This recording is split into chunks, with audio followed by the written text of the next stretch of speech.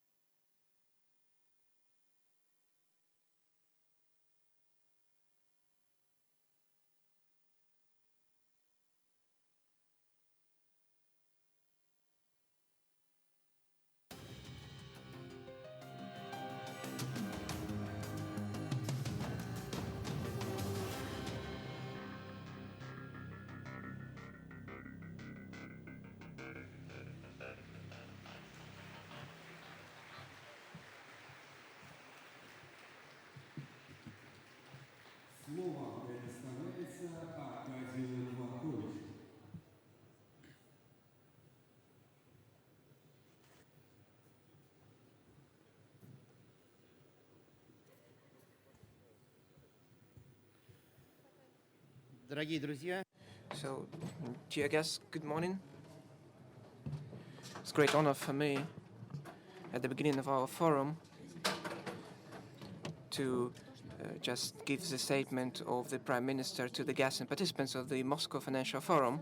So, dear friends, I welcome you to the first Moscow Financial Forum, which is under the decision of the government, is going to be held on an annual basis in the capital of our country. It's a new platform for professional discussion, which will connect the theory and practice of financial solutions on both international, federal, and regional levels. This format will allow to discuss the fiscal and monetary policy, the bond market, the strategy for development of pension system, IT in banking, and other very important issues.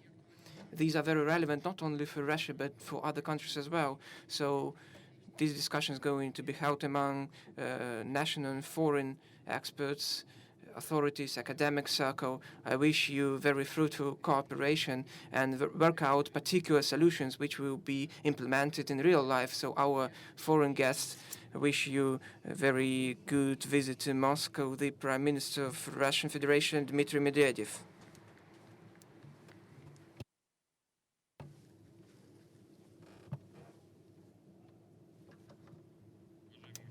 So, dear participants, ladies and gentlemen, good morning. So we are starting the first plenary session. I'm going to be moderator, Nikolai Korzynevsky. So we're going to open our forum by discussing which and how our economic policy can be under the circumstances. Before presenting our panelists, I offer you to look at the context. So that's going to be the vision of how recently different scenarios of economic policy took place.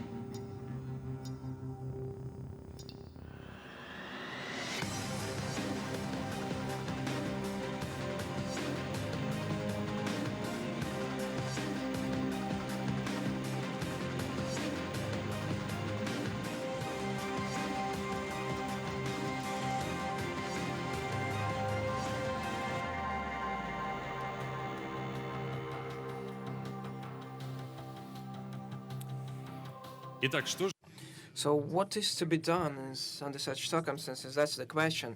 Let's try to find a solution. So, in fact, I would like to get some prescription which can be used in order to get out of the current situation. I would like to welcome our participants.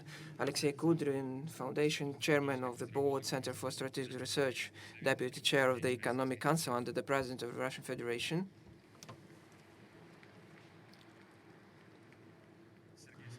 Sergei Sobyanin, Mayor of Moscow. Anton Silanov, the Minister of Finance of the Russian Federation.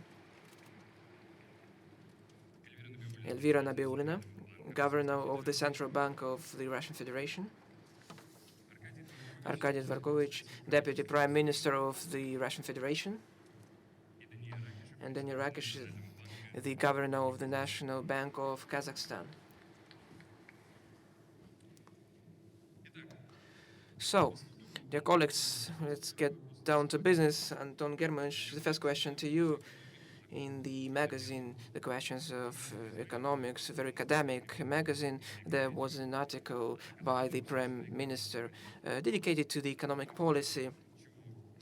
There was a description of what should be done, what shouldn't be done, but it started with a very interesting statement. Let me quote. So there were some externalities touched upon. So in the period after 2008, we can witness a new level of instability. So it is very difficult to give any forecast, even for short-term periods. Recently, you have dwelt upon such problems. You have said that the forecasts of IMF are very difficult to follow. They are very often to be revised. So what are the forecasts to be followed? So what should we act on as the minister need to take a long-term perspective? Good afternoon, dear participants of the forum. Before answering the question, I'd like to welcome you to our great event. We are going to hold this event on an annual basis. Moscow Financial Forum was first established for the Day of the Finances, the 8th of September, but this year is the launch year. The 8th of September is the point when we can discuss the projects for the budget for fiscal year, for 3-year period. So in connection with the some delays in budget revisions, we decided to postpone our financial forum. As of today, we really understand the main outlines of the budget, of the fiscal policy. So today we can discuss all those solutions which is being prepared by the government in order to consolidate our budget. So when it comes to the question, so recently the forecasts of the world economy unfortunately have been revised, and they have been revised downward. So for the past year, at the G20, we took a look at the statistics, and 4 times revision for 1 year, and the rates decreased from 3.8% to 3.1%. We believe that the rate is going to be less. At the meeting of ministers at G20, all the ministers are very optimistic when it comes to the forecast of the IMF, which encourage that, we're going to take some measures, we're going to consolidate our measures, the economy will start growing. And our position of the Ministry of Finance that, we don't need to have that long-term perspective. You don't need to create these castles in heavens. We see that the investment activity is going down. We watch this video clip. We see that the demography situation is deteriorating. The growth of population is declining. These are key factors in world economy, as the demand, the infrastructure, which is developed based on the growing population, is not going to be in that high demand when we live under the low growth rates of the population. At the last meeting of G20, the Goodyear said that today we can witness a time when it is very, very deteriorated and difficult investment situation, when they are reluctant to invest in new projects and give impetus to investment activity. Unfortunately, the growth rate are declining. We cannot but witness that, as we are going to base our financial plans based on these very positive forecasts, understanding that they are not going to happen. We are going to face a situation when our plans are not going to be in line with reality. We are not going to have money, and the budget structure is going to be not very stable while implementing the budget. So the question, so what should we base our plans on? On our own forecast, first of all, and secondly, we need to base our plans and our roadmap on very pragmatic and conservative forecast. Why is global economy very important? First of all, this demand for our products, global demand, and of course our energy prices. So what should we do in this regard? So we shouldn't work out plans on growing prices, that the demand is going to be higher. We need to have conservative demand and balance our budget based on that. Recently, we have witnessed some optimism in forecasts, in budget structure. I believe that we should avoid this situation. As of today, the government of the Russian Federation has made a decision to work out the 3 years budget based on optimal and conservative forecasts for commodity prices, optimal forecast for the economic growth rate. And I do believe that following 3 years, going to comply with those requirements of this conservative approach. So the question, what forecast should be taken into account? We should take into account only our own forecasts, which are not very optimistic, which are quite pragmatic and realistic. So that would be my answer to the question. Thank you very much, Anatoly Germanich. Of course, we would get back to the question of the budget. Elvira Sukhevzadova, please take the floor. You sometimes mention the key challenges for and externalities, external risks, or that is the policy of Federal Reserve System, that is the uncertainty concerning the Chinese developments. So out of this set of risks, so which risk do you believe is the most important one? The key risk for the Russian economy are internal, as for me. Of course, there are some external risks, and Anton Genomich has mentioned them, gave him the main outline as uncertainty. Uncertainty in terms of the growth rate of global economy. Of course, it is going to be in place, and we should be ready for that. So talking about particular external risks, they are all intercorrelated, but the main channel of impact on part of this external risk is through the oil prices.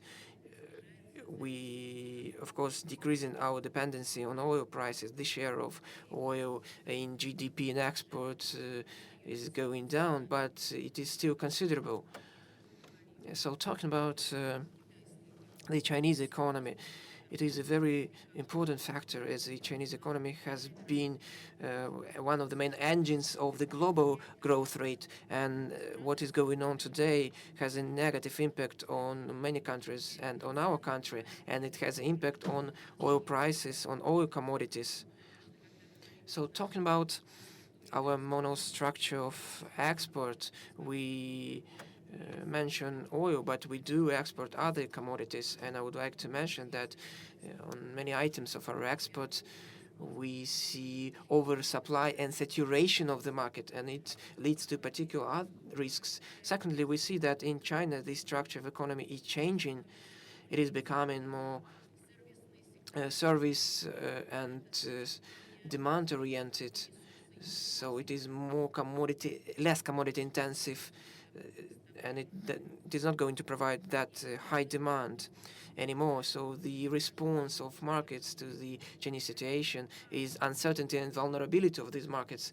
So unless we see the horizons of the Chinese economy transformation, it's gradual declining. As of today, we can see gradual declining, soft declining when transforming the economy. Unless we see the certainty on the market, global markets, the Chinese is going to be on the forefront of the monetary authorities and the financial markets. That is factor should be taken into account. Talking about oil markets, doesn't have this particular risk. We see particular technologies developing. There are shale oil technologies which are going to be not that costly. But as we see, I hope that we're not mistaken, that oil market has touched the range of prices within which the balance of supply and demand is going to happen. Of course, there's going to be some volatility witnessed, but it is supposed, I believe, to happen with this particular range. So the policy of other central banks, of leading major central banks, has impact on our financial system as well. Everybody is looking forward to the monetary policy stability in the United States, but we see that they are very cautious and they pay particular attention to the preparation of markets when it comes to the response on part of these markets. We do believe that is going to be tightening of the monetary policy, but we hope that it is going to happen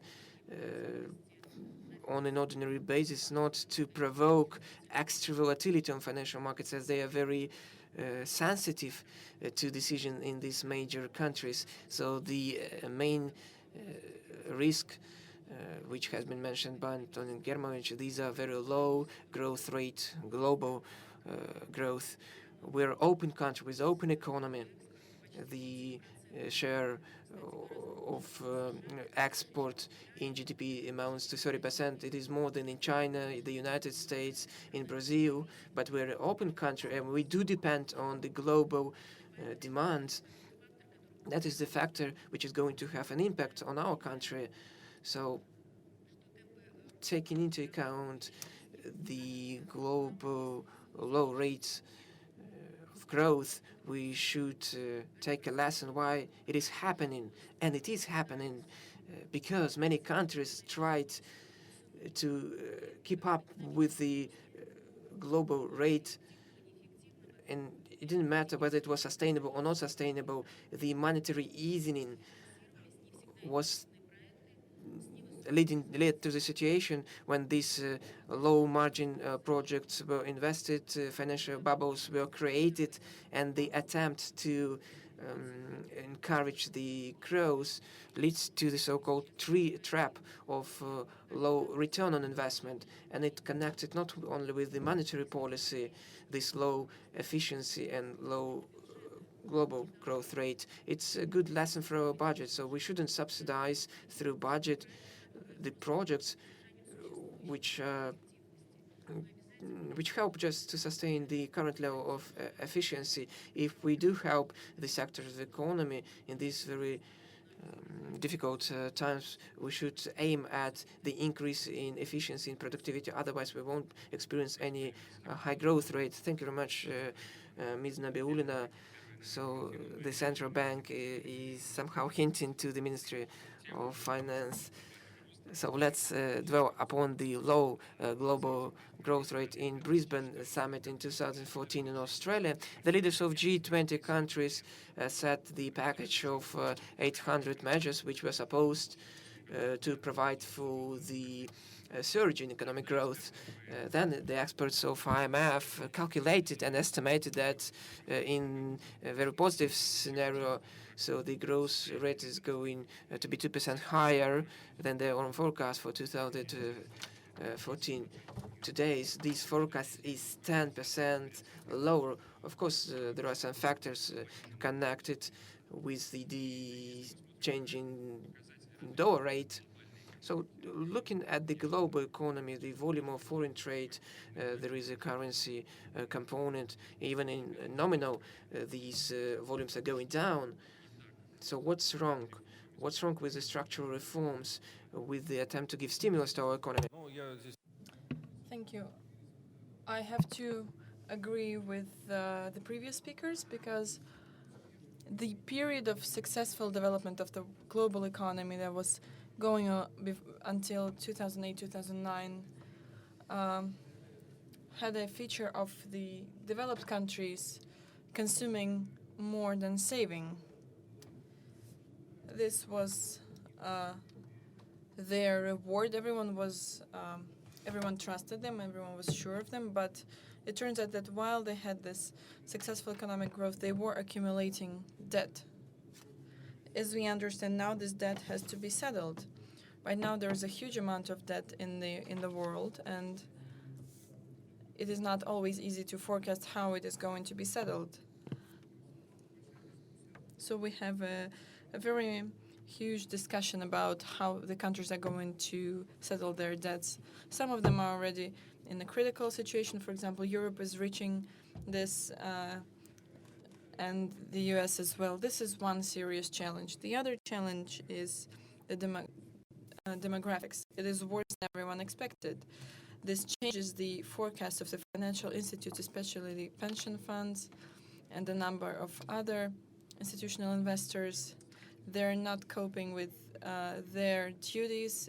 The state is starting to support these institutes because these are also social issues. Today, the issue of the aging population has also become more prominent. We don't have as big a workforce as before. Therefore, budget expenses on healthcare are growing, and they're growing fast. This is a problem for our country as well due to the aging population. In the next 10 years, about 1/3 of the population will reach retirement age. Therefore, all of the countries are facing this global problem. But I would like to talk another problem as well. We are at the dawn of a new technology revolution. We shouldn't expect that we only will have these bad prospects and we need to adapt to them. I haven't even mentioned the problem of protectionism, and we need to understand that nevertheless, structural reforms are on the agenda of all of the countries, the US, Germany, the UK, the European community, China. Everyone understands that we have played out the model of the global economy that we've had. In the next 20 years, a new model is going to be formed, and every country has to respond to the challenges and risks that I've mentioned and to overcome them. So doing the structural reforms in order to leave this situation as quickly as possible, and also going through a technology revolution as the fourth industrial revolution is being discussed. This is going to significantly change the model of development, and those who will be able to develop more quickly, especially from the technology point of view, to maintain the macro parameters in a healthy condition, those will be able to successfully survive the next 10, 15 years.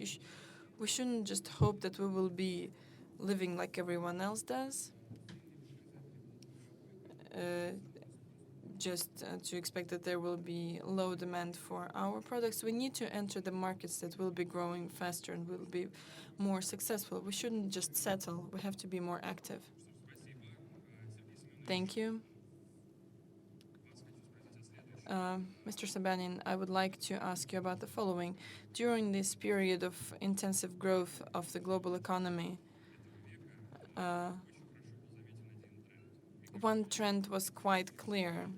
The big cities were attracting more and more activity, more workforce, more production, but during the past 10 years, we haven't seen this trend. Even in developed countries, we're seeing a reverse trend. the concentration of workforce in the cities is decreasing. And from your point of view, what role should big cities play in the economic development under these new difficult conditions? I do not agree with what you have just said. Urbanization is ongoing. The concentration of population is increasing. In the United States, for example, Europe is just one enormous city. The population density there is so high that there's nothing to urbanize there. So when we're talking about the process of concentration of population,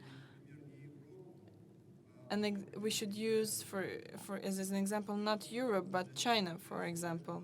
There is a goal in China right now to create 20 cities that in 10-15 years will provide 2/3 of the Chinese GDP, the biggest GDP in the world. And talking about the things you just said, the concentration in the UK, in the US of the population is twice as big as in Russia. So we still have a lot to strive for. You will ask, why do we need to do that? This is the key to answer the questions we're discussing today. Production rates in the cities are 4 times bigger. Investment effect is up to 10 times bigger. Right now, the cities provide for the development of the human capital. The level of education, healthcare, technologies is much higher in the cities. If we come up with a model where we need to spread out throughout the whole country, then we will not have a country. We need to find points of growth, and we need to concentrate all of the resources that we have there. It doesn't mean we should make our country a desert. We have strategic territories that we need to maintain, but nevertheless, we shouldn't step away from the global trends. We can try to do it, but then you have to forget about any production rates, investments, new economy, new technologies.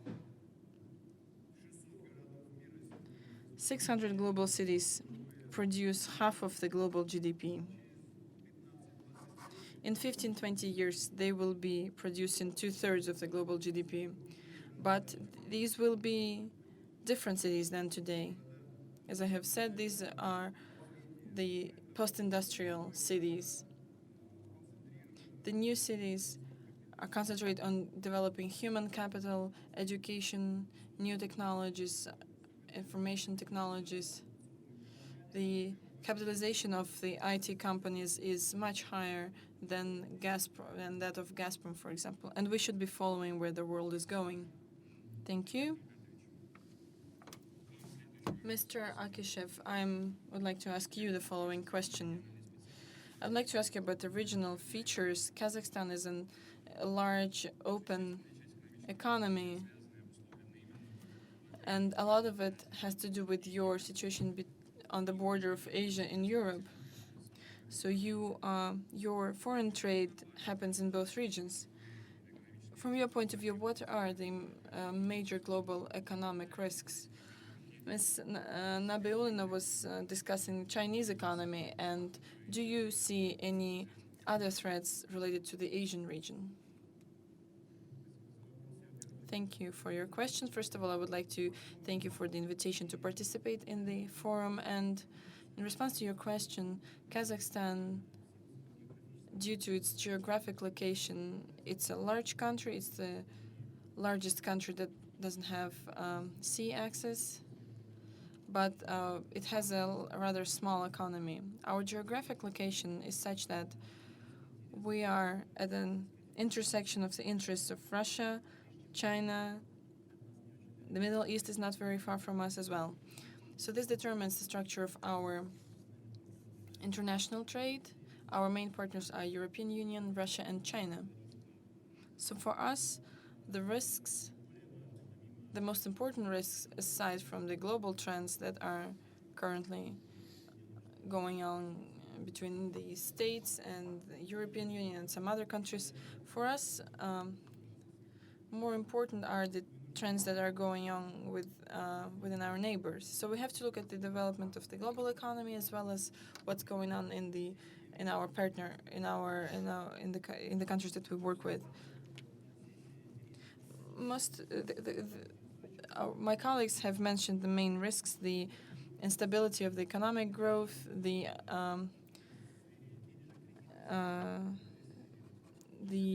character, the features of the policies. But I think these turbulent periods will become a norm in the next years. We will not be living in a society where everything is going in a predictable manner. And due to the quick distribution of information, many social processes can become more radical and distribute much more quickly. So I think this is going to intensify. At the same time, when analyzing the risks, we think that for us as a country whose economy is not too big, it is a unique chance to find some benefit in it. There are risks, there are geopolitical risks, there are risks having to do with the competition from the large countries and key players, and it's important to find some use in it. Kazakhstan is a transit country. We have a lot of transit potential for supplies between Russia and China, between China and Western Europe, and we're using this opportunity. I'm not going to talk specifically about the risks that we are concerned about. I think they are same for all of us. But for Kazakhstan, the main risk is not to use the opportunities that we have right now. And I would like to add, Mr. Kudring said very correctly about the structural reform. We are doing it quite actively in our country, but any structural reform is loss of business for the country. So this has been understood at a practical level. The government has to start with itself. They need to decrease its role in the economy. I think this is the single and biggest industry in which we need to have these reforms. In all other industries, the private sector is already introducing the international experience, but in the state management, in the state economy, the need for structural reforms is very acute. So we're working in this direction, and we can talk about this separately if needed. Yes, thank you very much. Mr. Dvorkovich, I would also like to ask you about the global agenda. Mr. Kundrin mentioned the potential technology advances that everyone is expecting. This would be an important driver of the economy. The latest Davos forum was dedicated to the new technologies. But we're still stating that economy is growing very slowly compared to the last decade.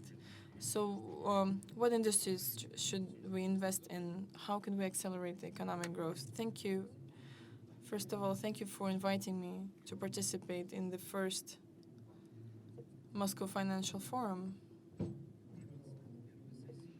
I was able to get into the first session. I was originally invited to the second session, but I thought that the voice of the real sector should be heard, and I did everything I could to be here. And I'm hoping that it's not in vain.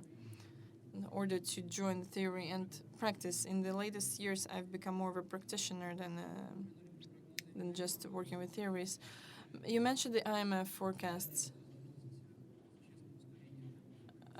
regarding the acceleration of the growth rate due to the implementation of several hundreds of measures. The IMF experts always invent non-realistic measures, and they use them to assess growth rates, and then they state that their forecasts are far from reality, and this is nothing new in the last 25 years. about a tenth of their forecasts do come true, which has to do with the low growth rates that we have. On a more serious note, we are entering a fourth industrial revolution based on technologies that didn't exist before and on the markets that are going to grow much more quickly than before. And the goal for all of the countries that have any sense of dignity, pride, and potential, and Russia is among these countries, is to use this potential and these revolutionary ideas. And the financial sector has to, on one side, use these technologies, and on the other side, service these technologies, make them possible, make it possible to introduce them. And talking about the private financial sector, they also need to earn from them, and for the state financing, they need to be able to. They need to give the opportunity to the country to earn from these technologies. This will bring in taxes into the state budget as well. And this is what makes a difference between the opinions among the financial and the economic blocks of government. This is not a controversy. These are just two different points of view that allow us to make balanced decisions regarding the economic policy. We see the whole picture and we balance the interests of financial stability and economic development. And what I'm saying doesn't mean that the macroeconomic stability for the world and for us is not a priority. Of course, it is a priority and it is a necessary requirement for economic growth, but it is not enough, and we need to understand that. It is important that the economic policy and the financial policy, in order to support these global trends, be calculated, predictable, calculated from the point of view of its effect on the business and the people, transparent and understandable for the people. This is what needed for the support of the society, of any economic policy, for the support from the business. Only in this case can we hope to implement it. And we talked about conservative and optimistic forecasts regarding the global economy and our economy. We cannot affect the global economy too much. We're not a small country, but we're not determining the global development. But we need to compensate it by determining our own policy. And we need to build our own financial plans, not only based on the forecast, but based on our goals, based on our the targets for our economy. And we need to implement a policy that should be based on its understanding by the society, by the readiness to participate in it. It has to be pragmatic, has to be implementable, not just a castle in the sky. And I think it can be done. Going back to how it can be actually done, we don't have a lot of money, but we have enough to ensure the main priorities, investing into human capital as a basic priority, then security of the people, mobility, and health of our citizens. We have enough for that. We cannot allow ourselves to spend money on the sectors, on the industries that are not bringing in enough. And we need to concentrate on supporting the entrepreneurship initiatives, and we need to have clear rules, and we need to have financial tools that can help us support the entrepreneurship initiatives, the private initiatives that are aimed at innovative solutions, which helps us create new added value. This will be useful for the budget as well. And the second part of this process is the efficiency of the government sector that is implementing these measures. Just either the financial support that has to be done in a transparent way without any corruption. This cannot be done without efficiency, or these have to be tax cuts that are also required, but it has to do with the efficiency of the government sector as well. And this efficiency, transparency, predictability, and understandability applies to anything, to the tax policy, to expenses, to structural reforms, to privatization that we are working on. Any untransparent decision can lead to serious consequences, and it can undermine the trust of the people.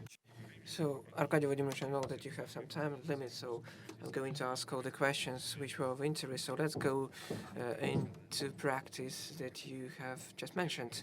So the first point, recently we have launched many programs to support different sectors in agriculture, in industrial development. In agriculture, everything looks just quite well.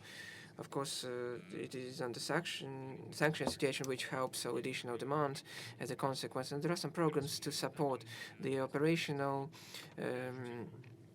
profitability is about 20%.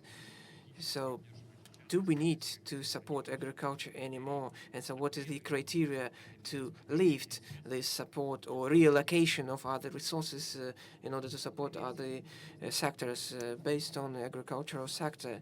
It is a very vivid and transparent example. The first point, sanctions do not help agricultural sector. Of course, they do hinder the development of agriculture. It led the situation as when agriculture and other areas and sectors of our economy lack those cheap finances abroad. So our responses, so-called compensation of the damage which was imposed due to that situation. So we do support minimal level which is required. So the profitability and the financial results of the agricultural sector after support, not before the support, that is the result. Take into account the support we provided before the support. The profitability rate was about 10%, even less, down to 5%. Now it's up to 20% thanks to more efficient way of wheat business doing. So it is important to understand that we have managed to cover for the last 5 years only extensive stage of the development. We made use of the potential which was on the surface, which we didn't have the opportunity not to use. So now we at the stage when the agriculture requires high-tech investment based on high-tech solutions, on implementation on this innovation and high-tech solutions which would allow to increase the efficiency of agricultural sector.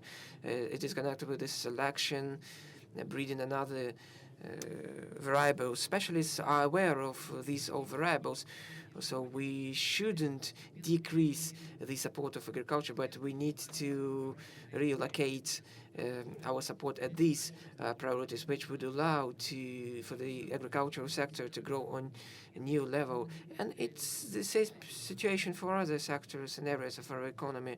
I support the governor of the CB. We need to find those niches, those directions where these significant increase in efficiency are possible. They do exist in all sectors and areas of economy, and we shouldn't be afraid to abandon these non-effective sectors. So we need to provide social support for our citizens, creating jobs through the assistance small and medium-sized businesses, and it is true for Mono and other cities. So that is the work which should be done on a daily basis. Of course, it should be on the part of authority and business itself. And the second question to you, let's get away from the agriculture. There are some companies which on their balance have just a significant amount of cash. The experts just suggest using this accumulated money for investment. It is a very controversial issue, but there is a fact. There are some companies which have this balance of extra cash and they do not invest. So why? As business always invest in the projects which have very high level of return and are connected with low risks. So do we lack such projects?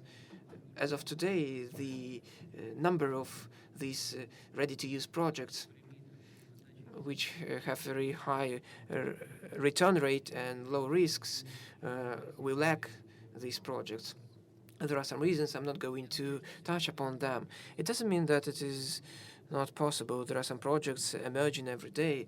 We talk about high tech. In Moscow, we have 26 techno parks, and each of them has hundreds of projects which are feasible in order to get support. Of course, not all of them, even if 20-30% of them get the support, they're going to overlap those losses on other projects. So the system is being created.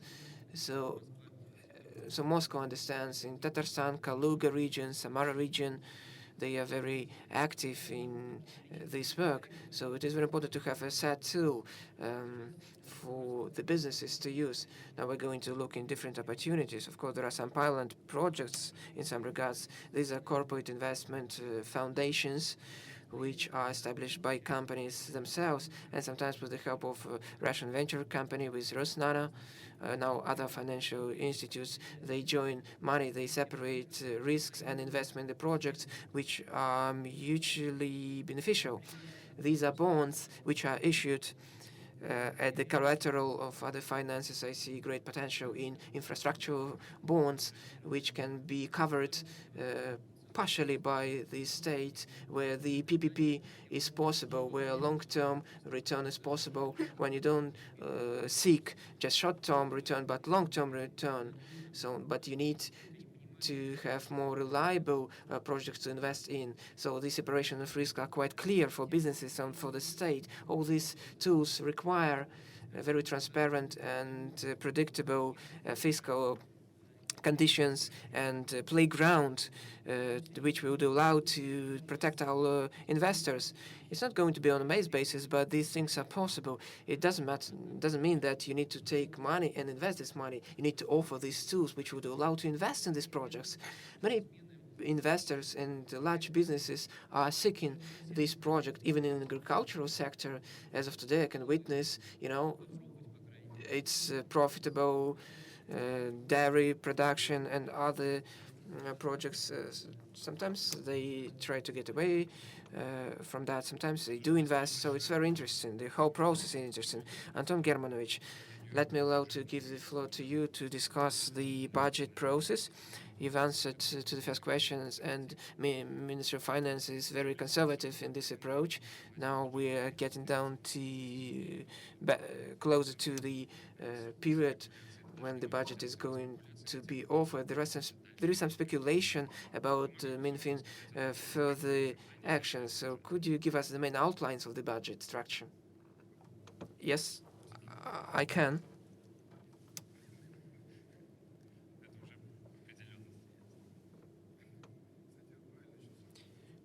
Arkady has mentioned a very important thing, why the companies do have money and they do not invest. One of the answers, which is quite right. So we need to clearly understand what is going to happen with the taxes, inflation, with rates, with interest rates. So the answer depends on the budget, mostly on the budget. So how is going to look like? So why have we decided to hold a forum on the 23rd of September, but not on the 8th of September? As at the beginning of September, we didn't have answers to all these questions on the one hand, and on the other hand, we witnessed that the discussion of the budget is going in those shapes that the Ministry of Finance is going to increase taxes, to increase rates, and to touch the savings of the pensions. So there was a fever, so-called. It's not that true. So the situation is much better. We should understand that the balance of budget really leads to the inflation rate, to all the rates which determine the behavior of businesses. So the budget for forthcoming 3 years has been worked out based on the priority that it should provide the confidence for our entrepreneurs, and the budget shouldn't be rebalance the finance and the economy due to what? As the budget has been prepared and discussed by the government, so in the days to come it is going to be discussed at the meeting of the government. So we're going to decrease the rebalance which existed when, so the balance was decreased by 1/3 because of oil prices declining, thanks to those reserves accumulated. So when Mr. Kudrin was the Minister of Finance, thanks to that so-called cushion of stability, so we have managed to go through the 3 years, and we have more 3 years to come. So, and it means we are going to decrease our spendings. The Minister of Finance has prepared some suggestions on the budget project, that all the extra incomes should be over oil prices. So today's average weighted price is $40 per barrel, and it is balanced based on the oil situation. All these extra incomes should accumulate into reserves, not to increase this stability cushion, but they shouldn't have impact on the currency rate,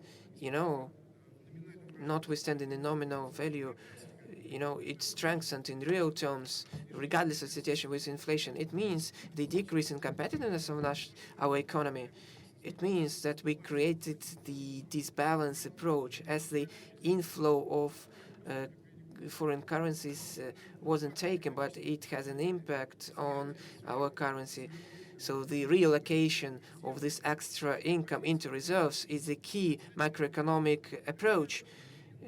Everybody keeps on saying that Ministry of Finance budget is not responsible for the economy. It is a key macroeconomic factor which provides the stability of our budget, which has an impact on forecasts, on the rates through the balance of our budget.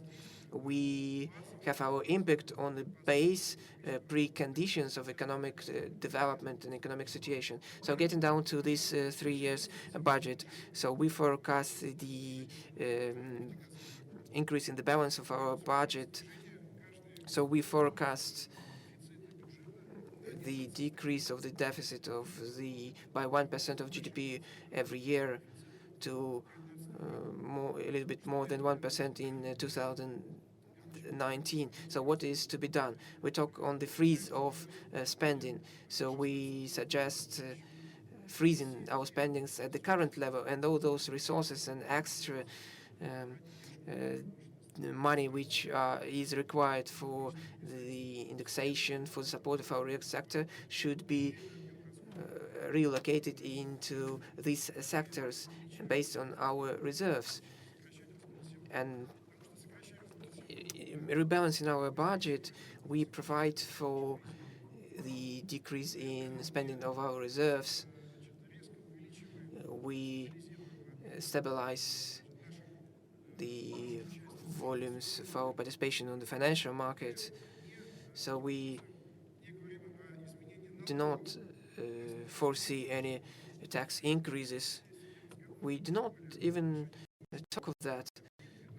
There was some speculation about the Ministry of Finance offering increasing taxes. We're not going to do that. Of course, there are supposed to be some tax suggestions. We're going to continue our maneuver in gas and oil sector. We're going to continue those implementing those solutions which have been offered recently. We need to get higher return on our assets and our state-owned companies with state stakes, where the state participating, and we believe that under the circumstances we see it to be necessary when all the companies should pay dividends to the state, and they're supposed at the level of 50%. So this is investment program of companies which might has big impact on, but we need to increase the efficiency. We need to create those programs in order to raise these credit resources, loans, and invest in the projects which would be possible to give some payback on under the circumstances at the current rate. We talk about better management of assets and these tax and fiscal strategies in oil and gas sector. So we do not suggest increasing other taxes in 3 years to come. I do believe that it is a key approach in order to provide the stability and growth of our economy. So in the forthcoming future, the budget is going to be offered for the consideration by the government, and by the end of December it is going to be provided to the State Duma without any radical changes and alteration in taxes, without any drastic changes in the financial policy. I do believe that under the circumstances, that is main task of the government is that we will be able to be within the range of our demands based on our supplies. And our the main task of the government is to work out such a budget to make these decisions.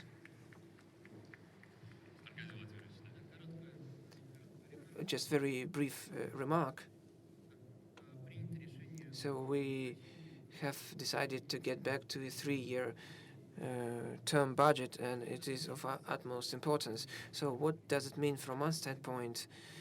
It means that today we have made decision even in tax policy and other areas which are going to be taken within 3 years to come, in 2017, 18, and 19.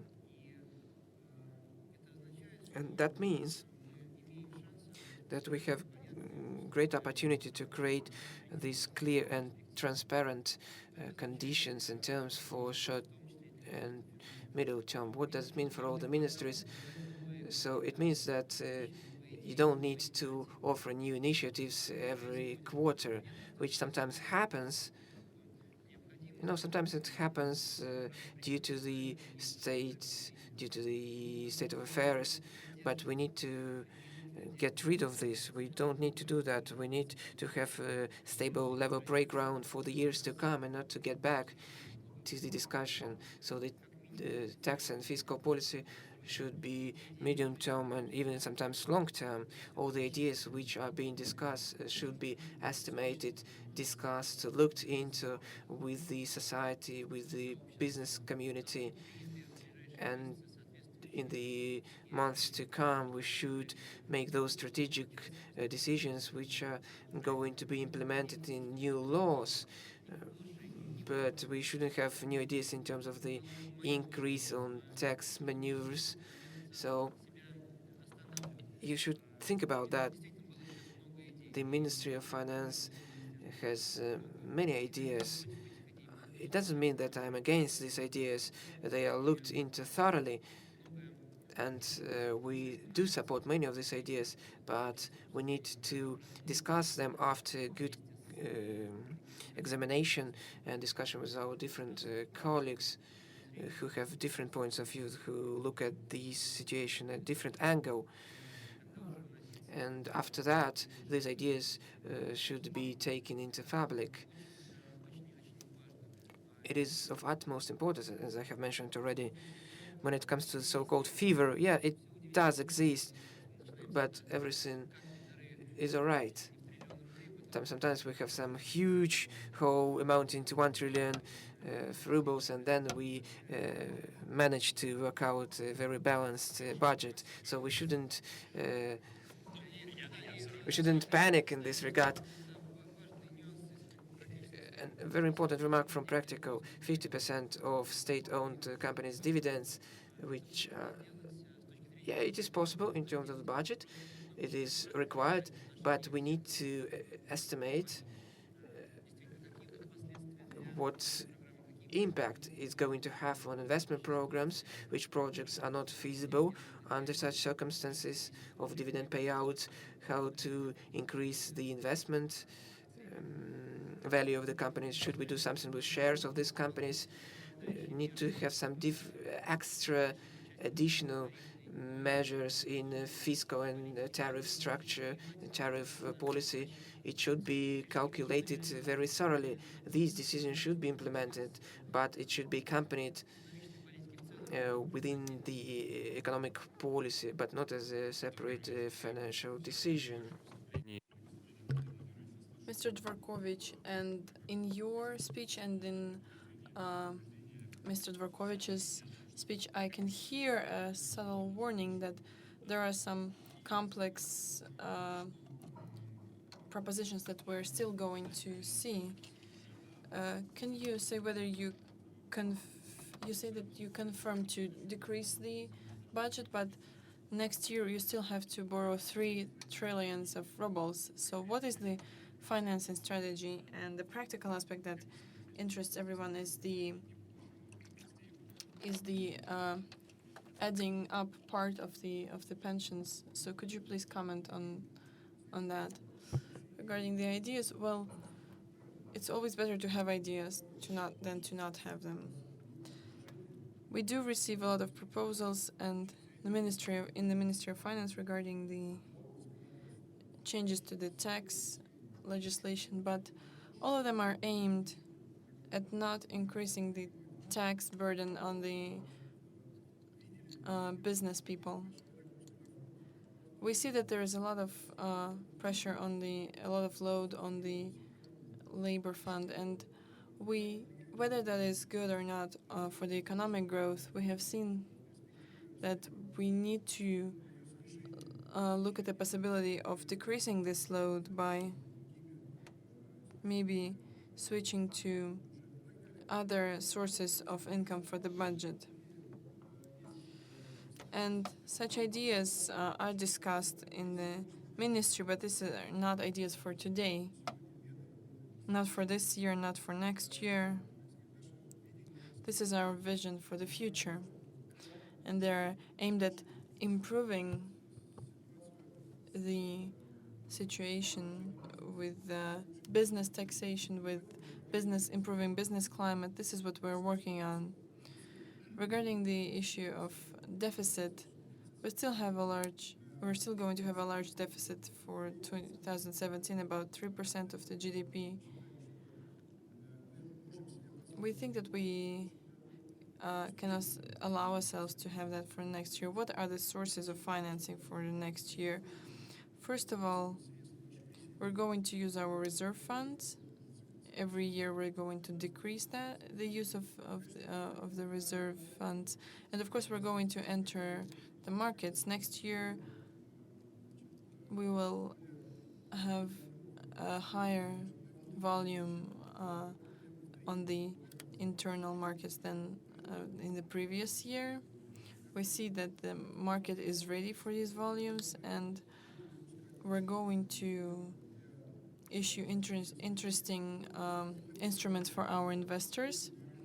This year we're going to enter the market for the population. We're going to issue bonds that can be interesting for our citizens.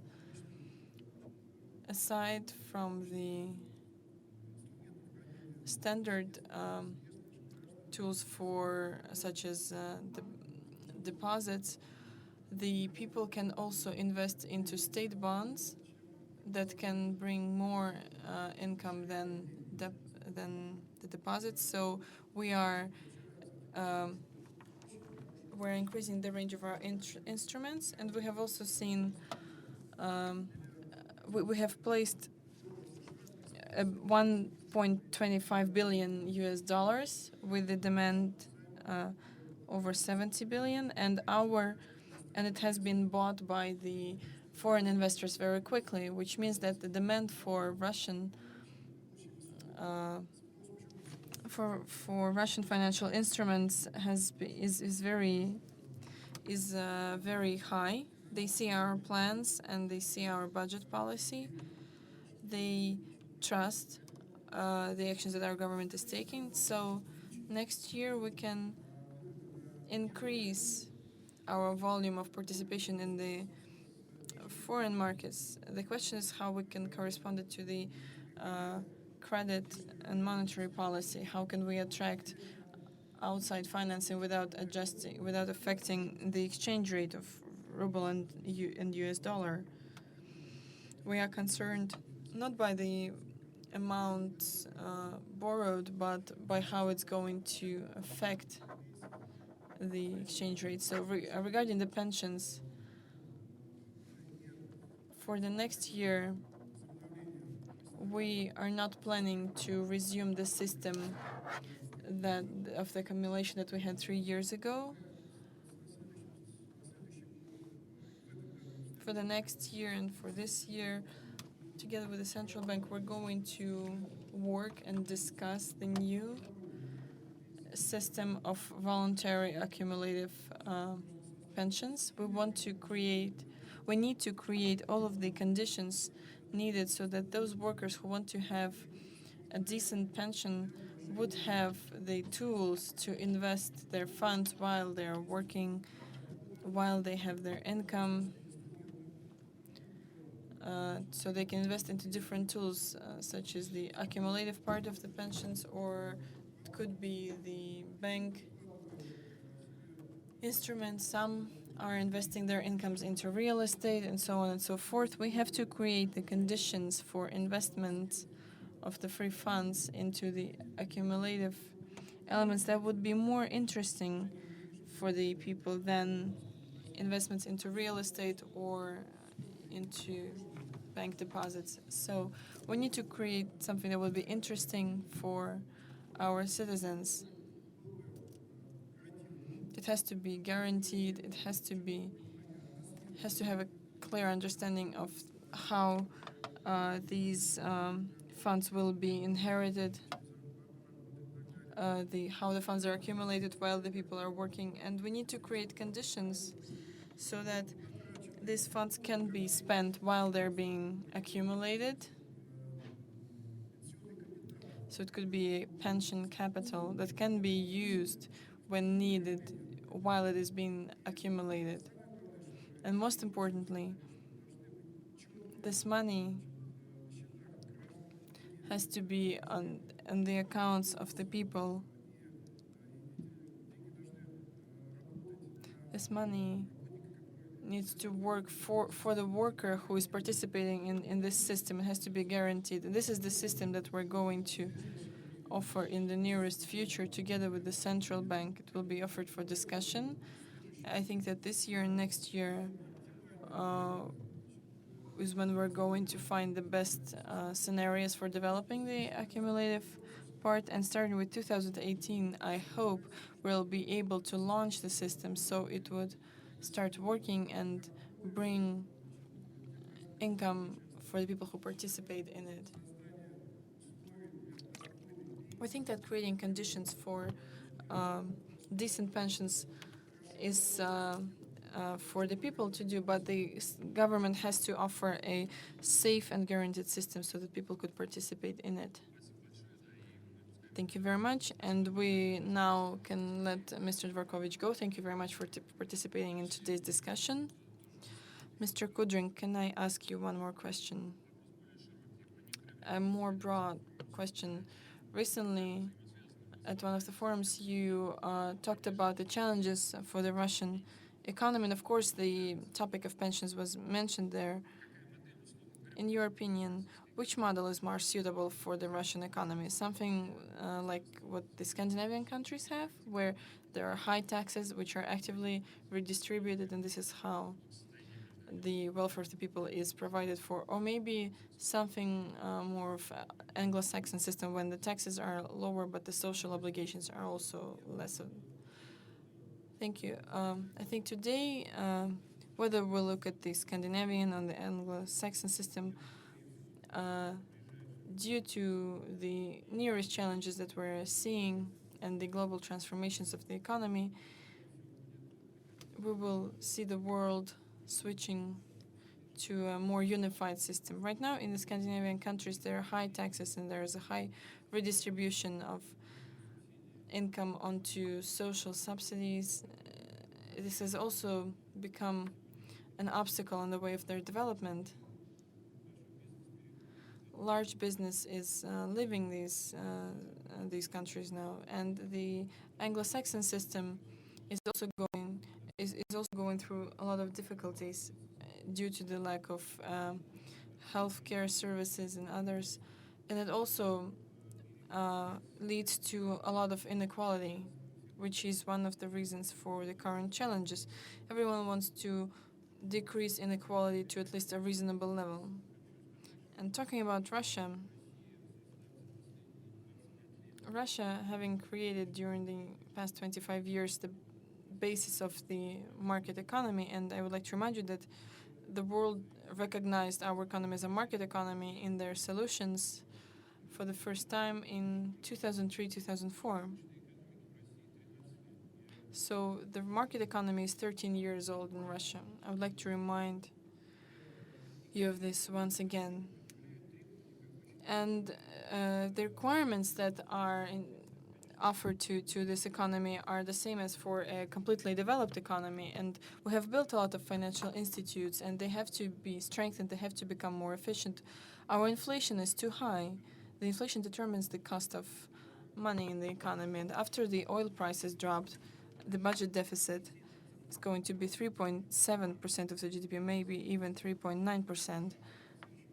Next year, we need to decrease it by at least 1% because it is a very high rate for us, and if the oil price will be 30 instead of 40, maybe not next year, but in the future, I forecast that in 20 years the oil price can drop even more. It can go as low as 30 due to the global processes and the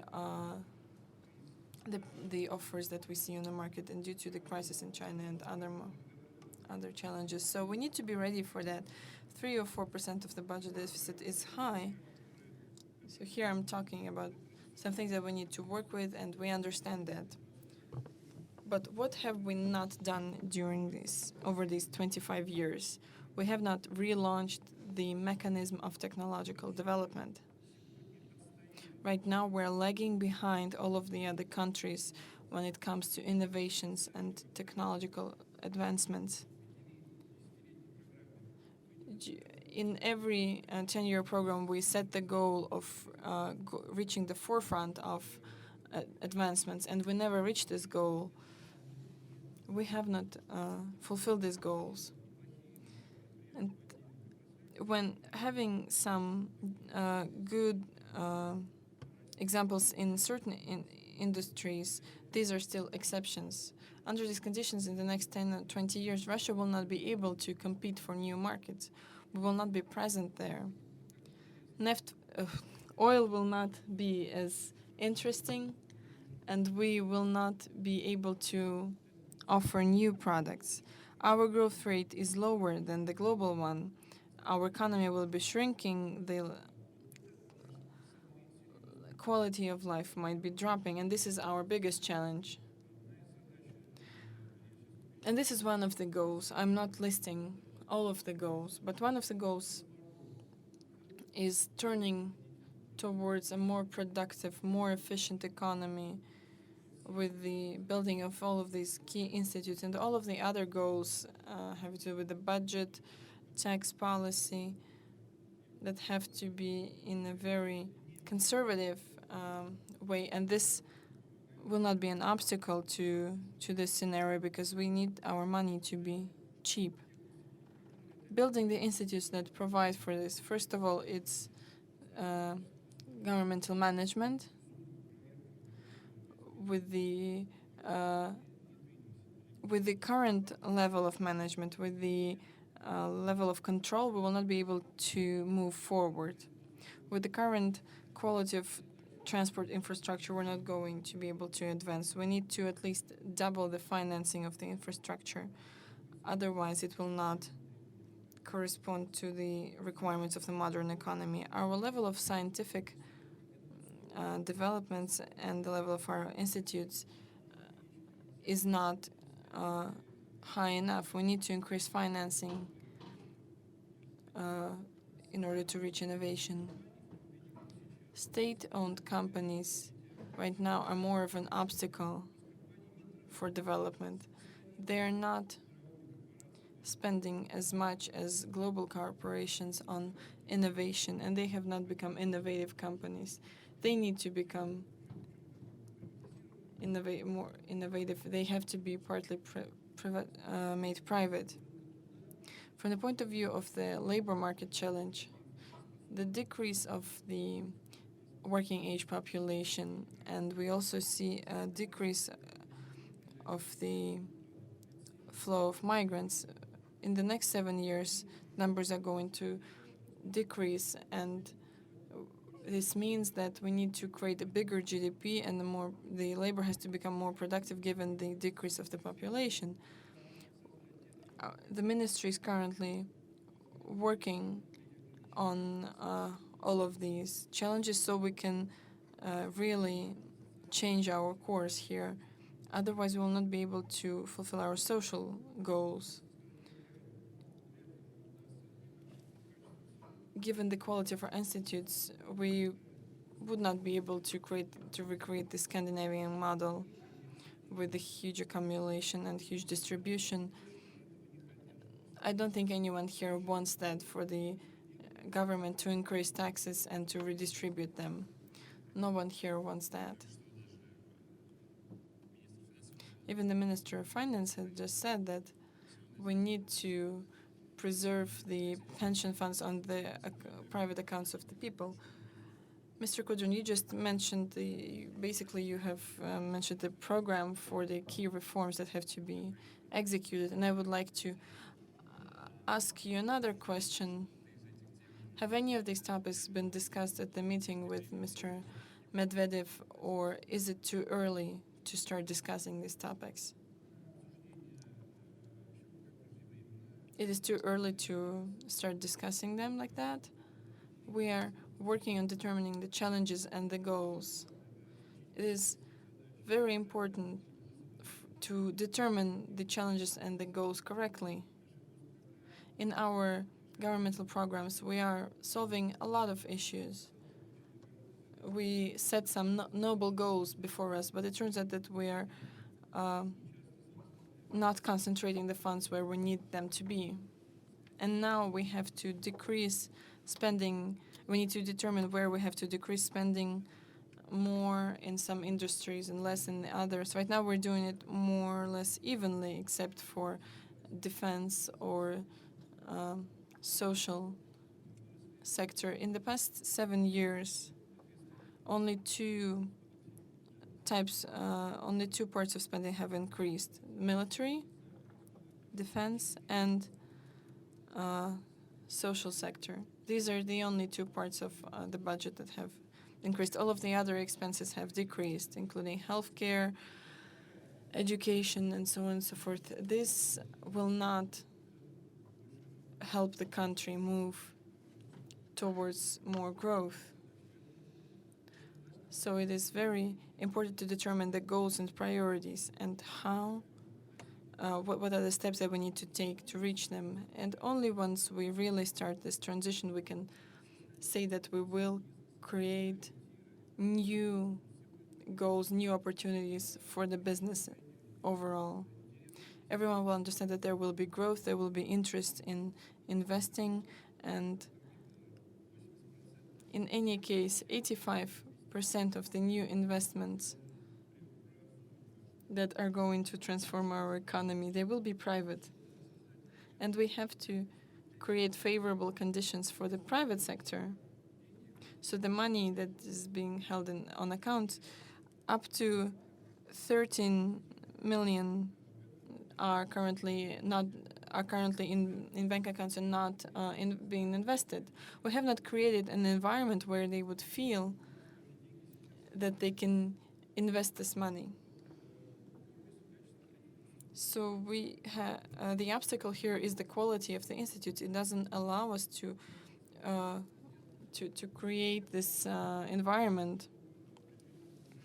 And what was said before has to do with more stability.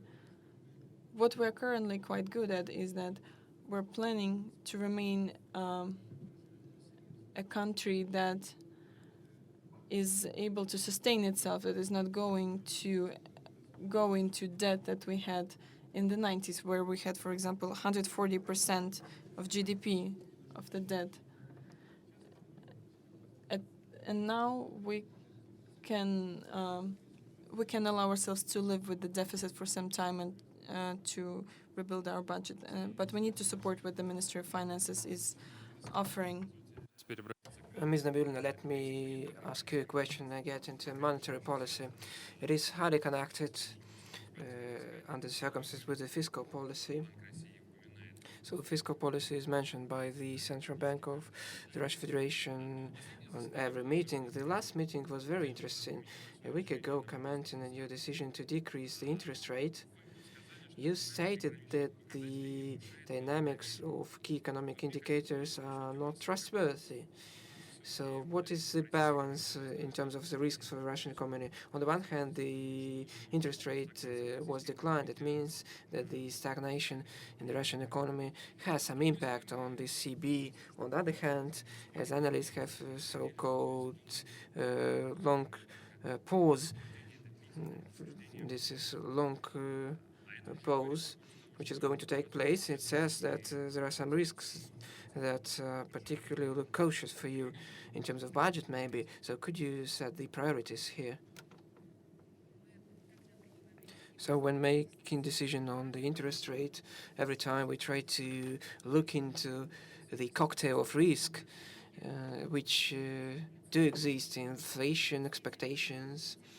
So we do see some signs that the economy might grow in the quarterly basis in the second quarter of 2017. These signs do exist, but these rates are not going to be sustainable.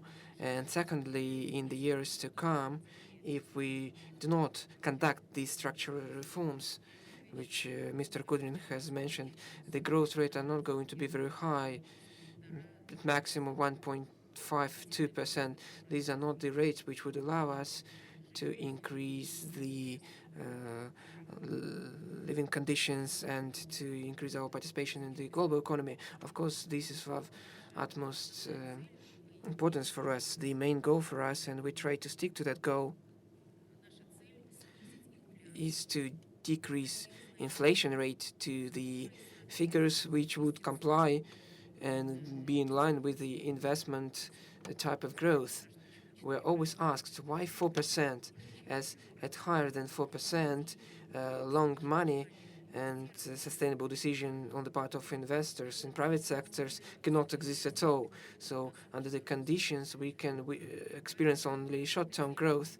So we're going to follow this goal. Our monetary policy is aimed at this goal. We are trying to do it gradually, not to have some obstacles for the economic recovery, as these limits are of a structural nature. So every time taking different decisions, we try to analyze all these risks existing. So there are some external risks which have been mentioned already, and there are some risks connected with the uncertainty of the budget, as it is not balanced and it is not transparent when it comes to the strategy of consolidation. Is inflation vulnerable to inflation? And as of today, when the Ministry of Finance spends resources from the special bailout and reserve fund, we get into the profit and surplus of liquidity, we need to absorb that surplus in order to avoid pro-inflationary spending on the part of the budget. So the structure of the budget is of utmost importance for us, even considering the low deficit. There are some pro-inflationary decisions that the part of spending are more has more effect on inflations, and some of them are not. So it is very important for us to see the dynamics in tariffs, just natural monopolies. These are all important factors, and I'm very glad that together with the government we have a clear vision that we need to decrease the inflation rate down to 4%, as it is going to be a joint policy of the CB and the government. Of course, the CB has some tools. Even if there are some pro-inflationary decisions, we have some tools to reach our goal of 4% inflation and to get it sustainable at that level. But we're going to experience tightening monetary policy and postponing the decrease in interest rates. So I don't believe that it is a way out. One more risk I would like to mention, which is long-term effects. It is the lack of confidence and trust of business and society in anti-inflationary order. So we do believe that 6 and 7% are okay, but then we had very high prices on oil. We do need private equity, private investment in very effective projects. So that's why we need this low inflation rate. Then the misunderstanding how the interest rate has its impact on inflation. So we have shaped very high inflationary expectations, so they do have impact on the behavior of business, of the society, pricing strategy. In order to decrease these inflationary expectations and inflationary rate, we need to change that pattern. We need to support very positive real interest rates. If we had lower inflationary expectations, we would be able to decrease in a more rapid pace. So all the parties need to make decisions taking into account inflation or non-inflationary nature. So may I ask a question? So the emblem motto of our forum, it is connected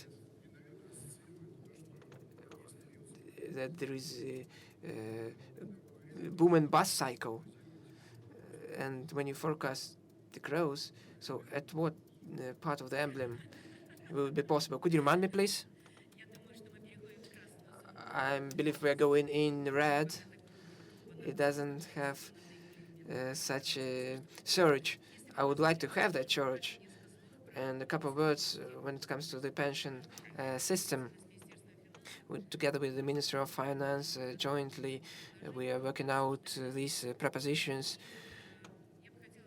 I'd like to state and highlight that this accumulative part is very important, and sometimes we have a feeling, so why do economists talk of the particular economic and financial part of our government? Of course, this accumulative part is very important. This is the main source of long-term money, but take a look at the social problems, at the problems of pension funds, not at the short term, but at long-term perspective. Without accumulative part, considering today's demographic situation, we wouldn't be able to provide appropriate level of pensions. That is the key element of long-term perspective. So from our standpoint, we need to do that, and those decisions which are proposed on our part compared with the necessary cumulative part has some advantages, and they allow to accumulate and provide for the appropriate level of pensions for just a middle-income population, which was not possible in the circumstances of accumulative part. And secondly, we see more high level of protection for citizens for this pension. So as a being mega regulator and watchdog, we have been working out seriously on cleansing in these non-governmental pension funds, real guarantees for pension savings. The system of non-governmental pension funds is ready to work with these savings and to protect these rights. So talking about the emblem, so in our decision, we need to state, so every year, if we base on this point, so we need to move with this pace, adding several percent to our economy growth rate. So all these decisions and solutions which are made and propositions which are worked out should have a contribution to these dynamics of this growth rate. So thank you very much.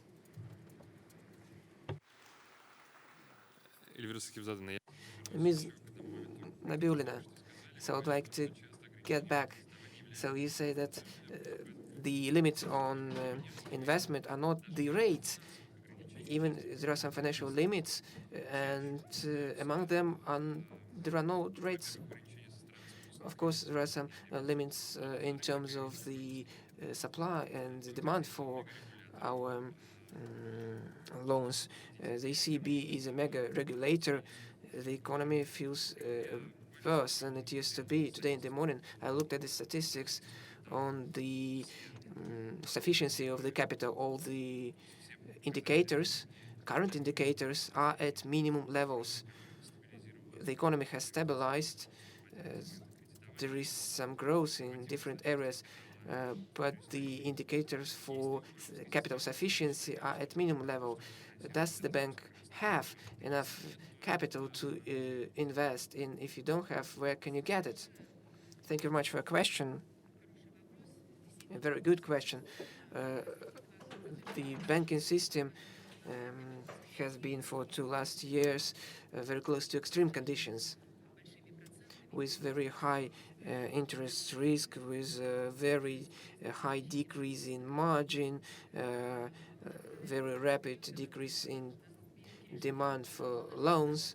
But we believe that it has gone through the period and now it is more stable. Of course, there are some indicators in terms of capital which are not very high levels, but in an appropriate levels. What is important in this regard? This capital is more real and less efficient, as we're trying to single out those banks where there are some faked capital. They had bad capital and bad assets. So what are the resources to enlarge the capital? Of course, the main resource is the profit. So the banking sector is recovering in terms of the profit before 2014, amounting to more than 530 billion of rubles. This is the profit which is aimed at the increased capital which is required in order to increase loans to different sectors. The second element which should be taken into account, so when the banking system faced external shock, we were quite prompt in some decisions on some easing for the bank system, given the opportunity to adapt to these shocks. All these limits were lifted, and the banks are operating in normal conditions, implementing very sophisticated regulations and norms in compliance with the international norms and regulations in terms of standards. I do believe that the banking system, considering all these transformations discussed with the banking community, will be able to have the sustainable level of capital and to provide finance real sector of economy.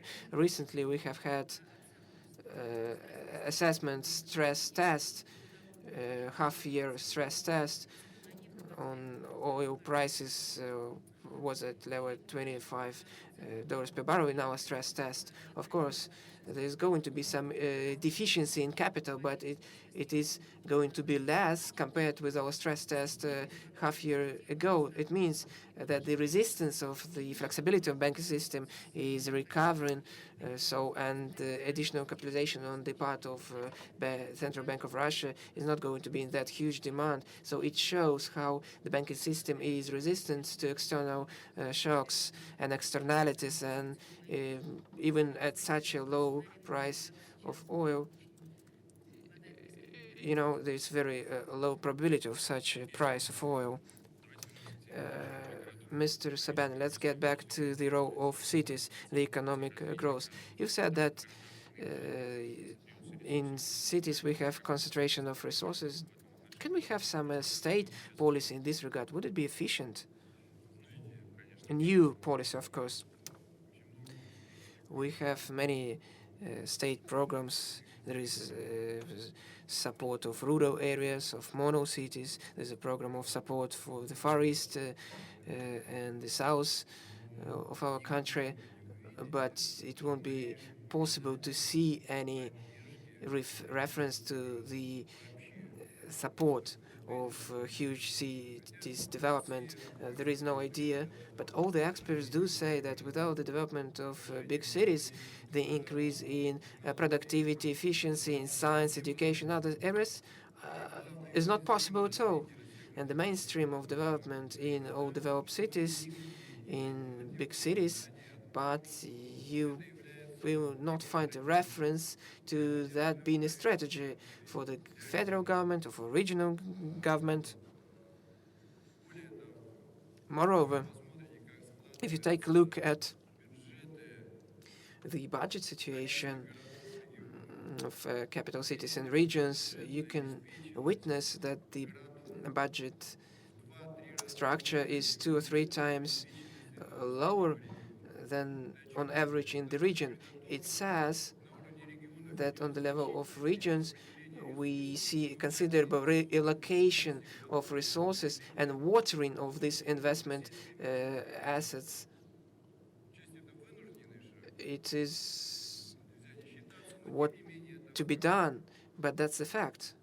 We need to take that into account.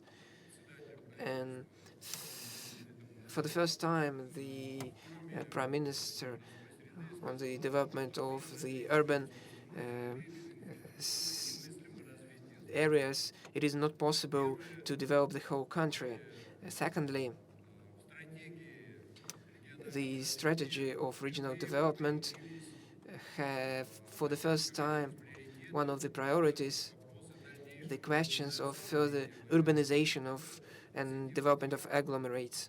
It is a very positive change, quite vivid one, but without a systematic approach and understanding both on regional and federal level the importance of large cities, agglomerates, and the development of very comfortable city environment. So we cannot expect any higher efficiency in budget, in education, in productivity. I do believe that it is of a very principal issue. So when we're working out our budget, both on federal and regional levels, if we get back to the article by Mr. Medvedev, there he has a budget of regions as a separate issue. I have some bad news, some good news. The good news is that the deficit in region budgets is going down. The bad news is that it does exist, and all the incomes are lower than the accumulated debt.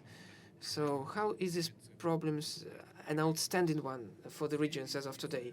All the investments we're talking about and the development of the industry, they do not happen in the Ministry of Finance and in Central Bank.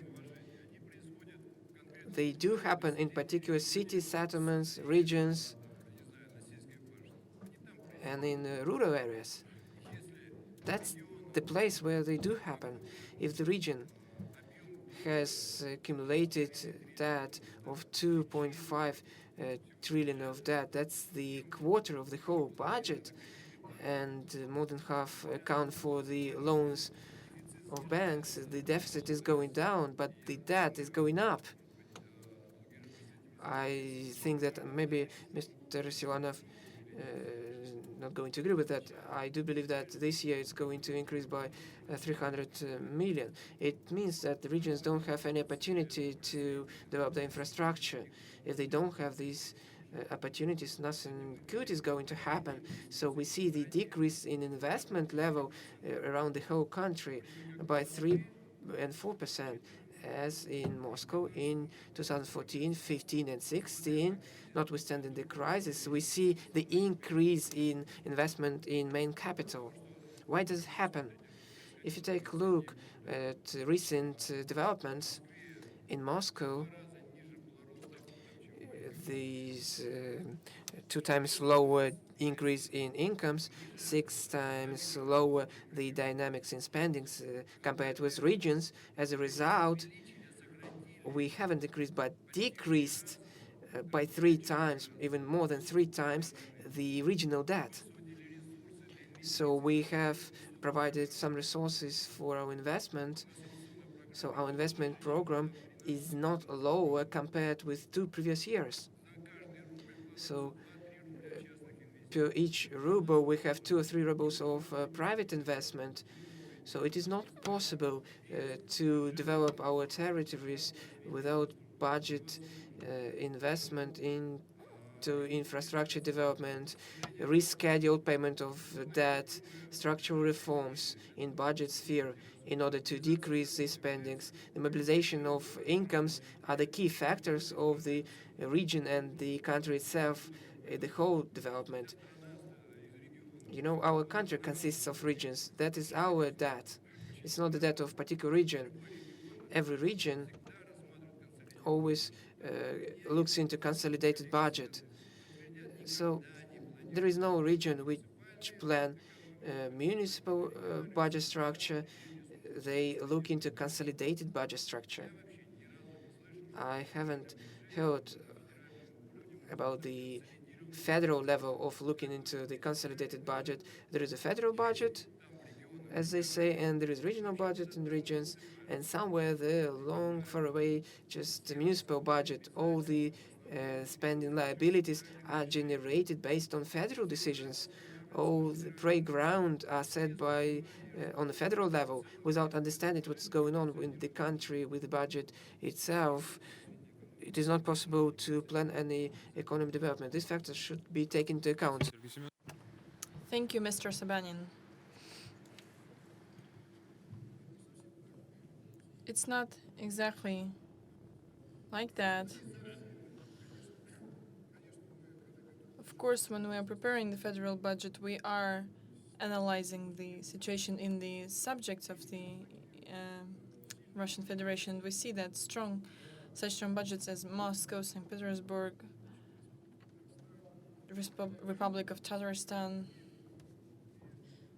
they really have good government of finances, good measures are being taken for business development. So all of the tax innovations, all of the inter-budget changes that we're looking at, they're being analyzed from the point of view of their impact on all of the subjects of the Russian Federation. And recently we had a suggestion.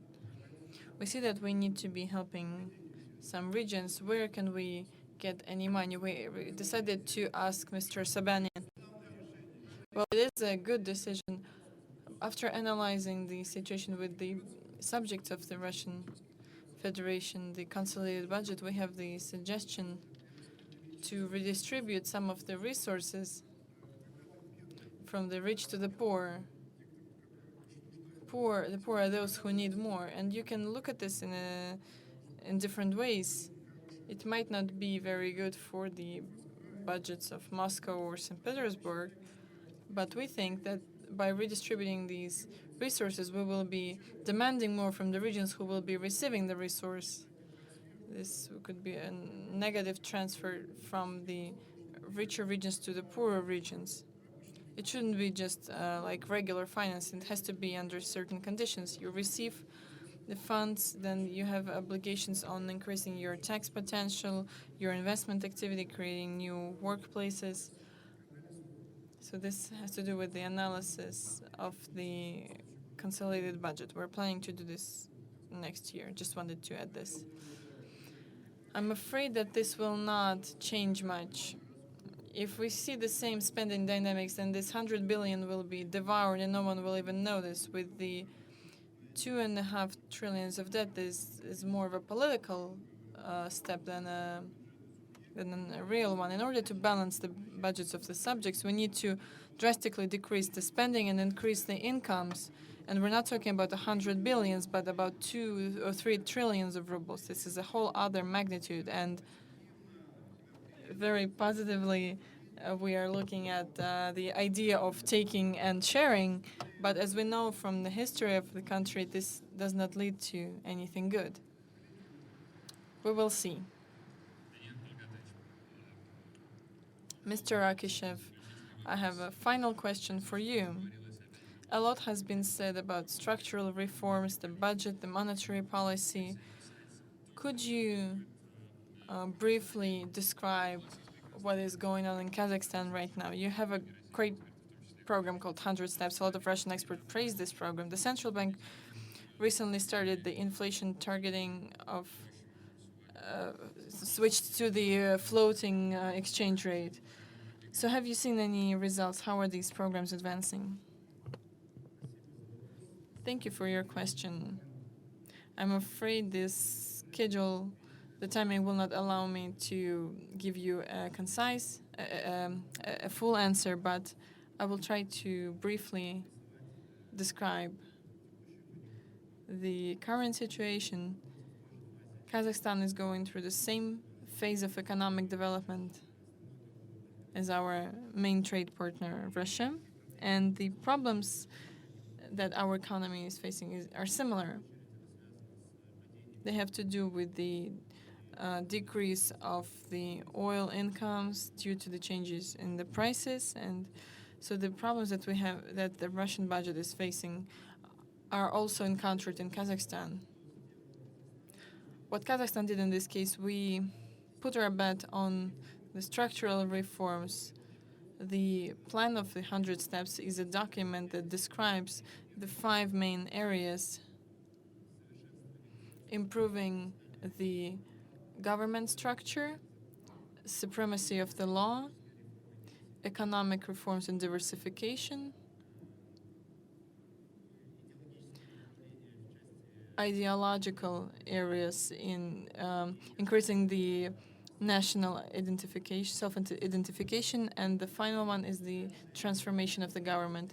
Each of the areas consists of very specific steps. So if we're looking at the rule of the law, for example, we have already done all of the legislative changes so that this thesis is not just some words, it is actually implemented into our legislation. These are quite global reforms, and they have been done quite quickly. So the results will be the increase of trust of the investors towards the economy of Kazakhstan. We should see this in the growth of foreign investments, especially in the non-commodities sector. Also creating the foundation for the development, for the long-term development. Another area is the Novizhol program, a program of structural development, where we are assigning a large amount for our country. In 3 years, it will be around $9 billion US. We are directing this money to the national infrastructure. We're going to build around 7,000 kilometers of roads. We're going to improve our energy infrastructure and our other types of infrastructure. This is what the next generations are going to get. And the third program is the economy diversification program. We are determining specific areas where we need to strengthen state support of the industries that can be the new income. And given the low oil prices, the relatively low oil prices, it is a unique opportunity for this program to work. These programs have been in place for a while, but given the high prices, high oil prices, it is impossible for them to work, because to compete with the high income rate of the high profitability of the oil sector is almost impossible. So this is a good opportunity for the government to see the results from this program and to have the income from the oil sector in the budget. So these three areas were implemented quite quickly in 2 or 3 years. So I think this effect is being observed in the economic growth indicator. Despite the decrease of oil prices by more than 3 times, we are not in the negative growth right now. And the official forecast is that after the results of this year, we're going to remain in the positive growth. This is one achievement. The other achievement for us would be to balance our payment balance so that the decrease of oil prices can be compensated by other industries. And this is more of a long-term task, and it would be difficult to expect any quick results. But we think that we're moving in the right direction, and the measures taken by the National Bank, maybe these measures could have been taken earlier, using the inflation targeting with the floating exchange rate. Our currency last year dropped significantly by 80%, and this allowed us to improve our payment balance significantly. Now we see a growth in the non-oil industries. We see growth in the industries of goods and services that competed with our partners from the nearest countries, and we think that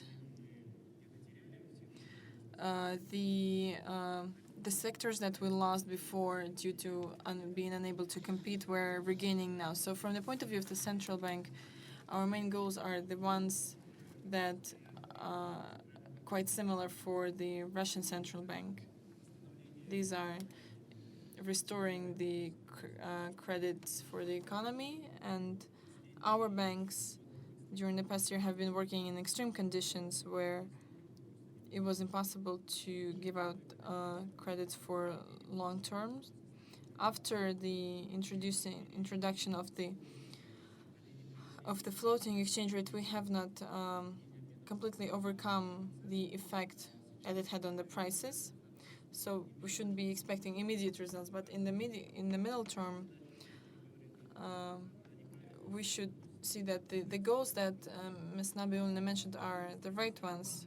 We want the money to become cheaper, the national currency to become cheaper, so we can finance the growth. Clearly, all these programs on restoring the credits are impossible without reforming the real sectors of the economy, so that the businesses would know where the government is ready to create favorable conditions, so that they wouldn't have to compete. So this is a brief overview of the situation. I did not go into details. Thank you for your reply, and I would like to thank all of the speakers of the panel. And now we have our award ceremony. We invite to the stage the recipients of the awards of the Moscow Financial Forum.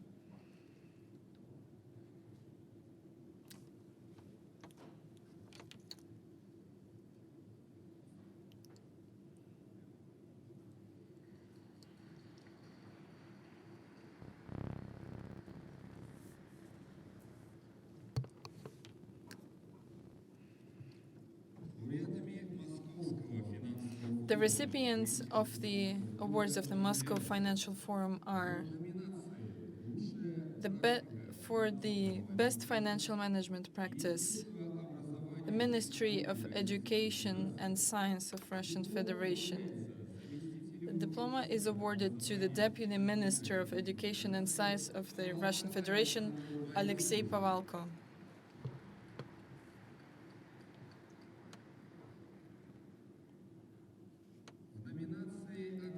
The open budget of a constituent entity of the Russian Federation award goes to the Ministry of Finance of the Orenburg region. The diploma is being awarded to the Minister of Finances of the Orenburg region, Tatiana Mashkova.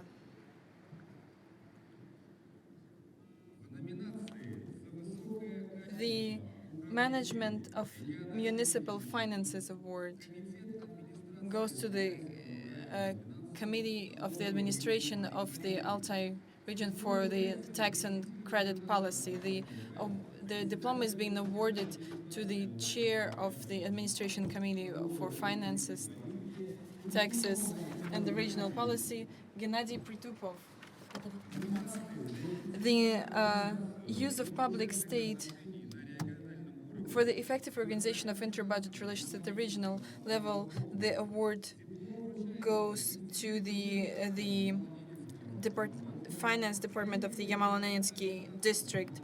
The diploma is awarded to Albina Svintsova, the director of the finance department of the Yamalonensky district. The contribution to developing the system of state finances award goes to the first deputy of the governor of the Vladimir region, the director of the Department of Finances, Budget and Tax Policy of the Vladimir district, of the Vladimir region, Vyacheslav Kuzin. The Management of Municipal Finances award goes to the administration of the Kolomna city of Moscow region. The diploma is awarded to Tatiana Katko.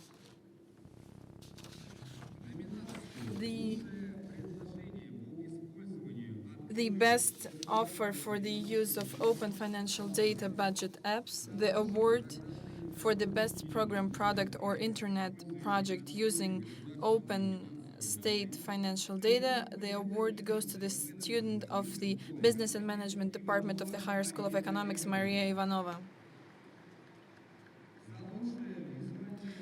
For the best visual representation prepared with the use of open state financial data, the award goes to the employee of the publishing house Argumenty Fakty, Alexander Minibayev.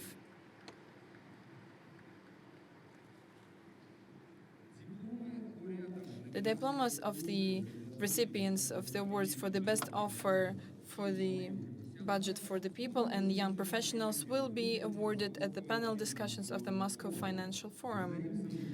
Thank you. And with this, we are concluding our first session. Thank you very much.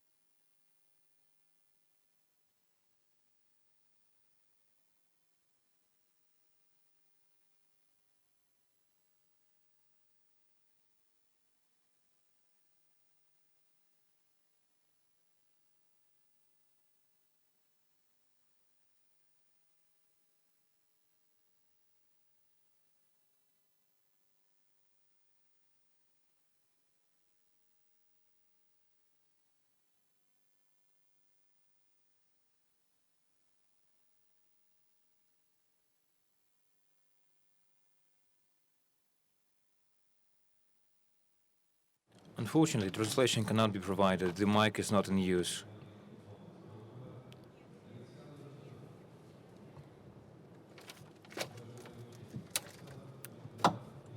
Unfortunately, translation cannot be provided. The mic is not in use.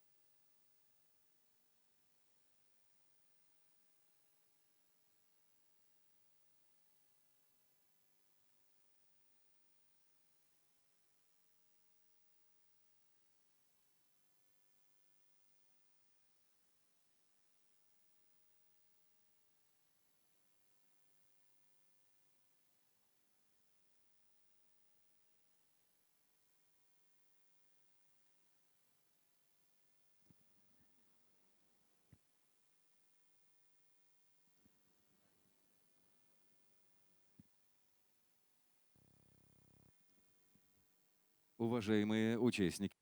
Distinguished participants, please take your seats in the room. The session is bound to begin.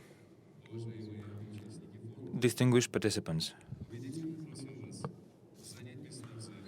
please take your seats in the room. Please switch your mobile phones into silent mode. The session is now commencing.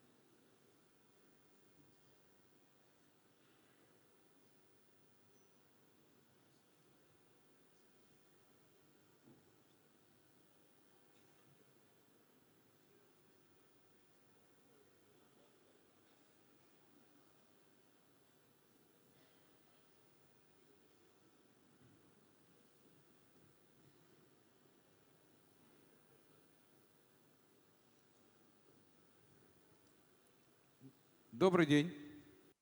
Good afternoon. If you don't mind, we will commence our session. New information technology is transforming the key financial institutions and finally changing the world we live in. Our session will be broken down into two blocks.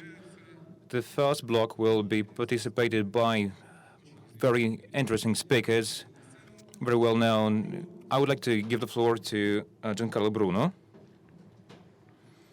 Please welcome him on the stage. World Economic Forum. Mr. German Gref. I'll try to remember where what organization he's represented. Sberbank.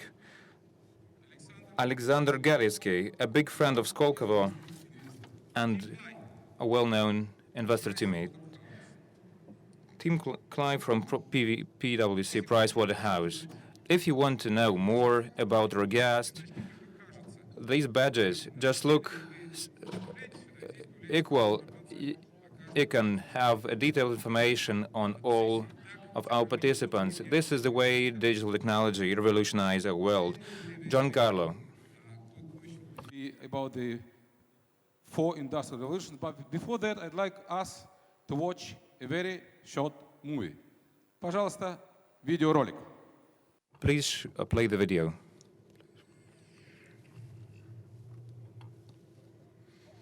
Technological revolution. The development of technology speeds up.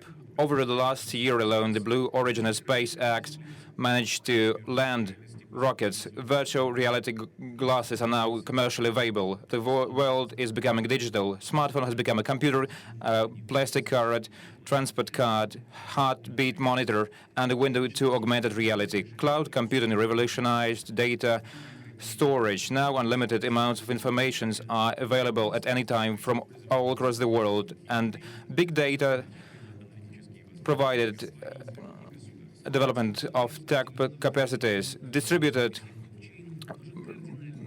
transaction technology, blockchain might revolutionize the financial system. Even today, you can perform cross-border transactions without mediation by banks and financial systems. Biometrics are increasingly developing. Based on this technology, visas, passport, national IDs, permits are issued.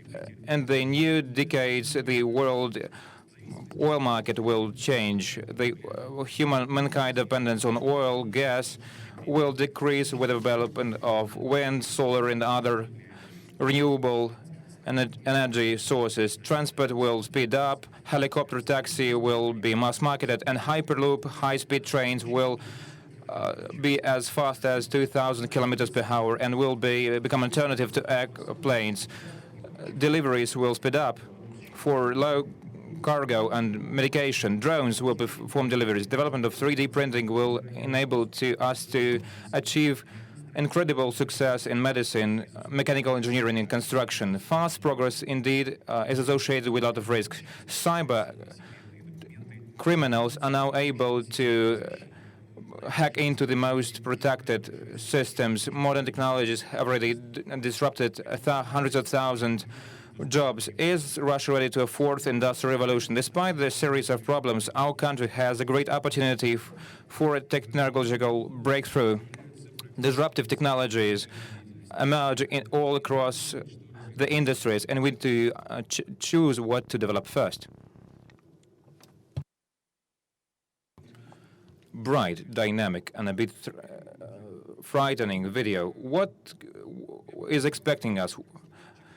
Mr. Bruno, please say a few words about the fourth industrial revolution. And here at the fourth financial forum, is it finished? How does it influence the development of financial institutions?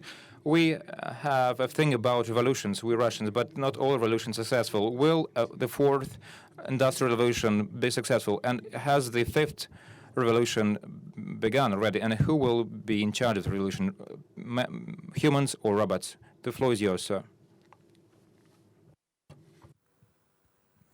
Is this working? Yeah. Oh, yeah, thanks. Sure.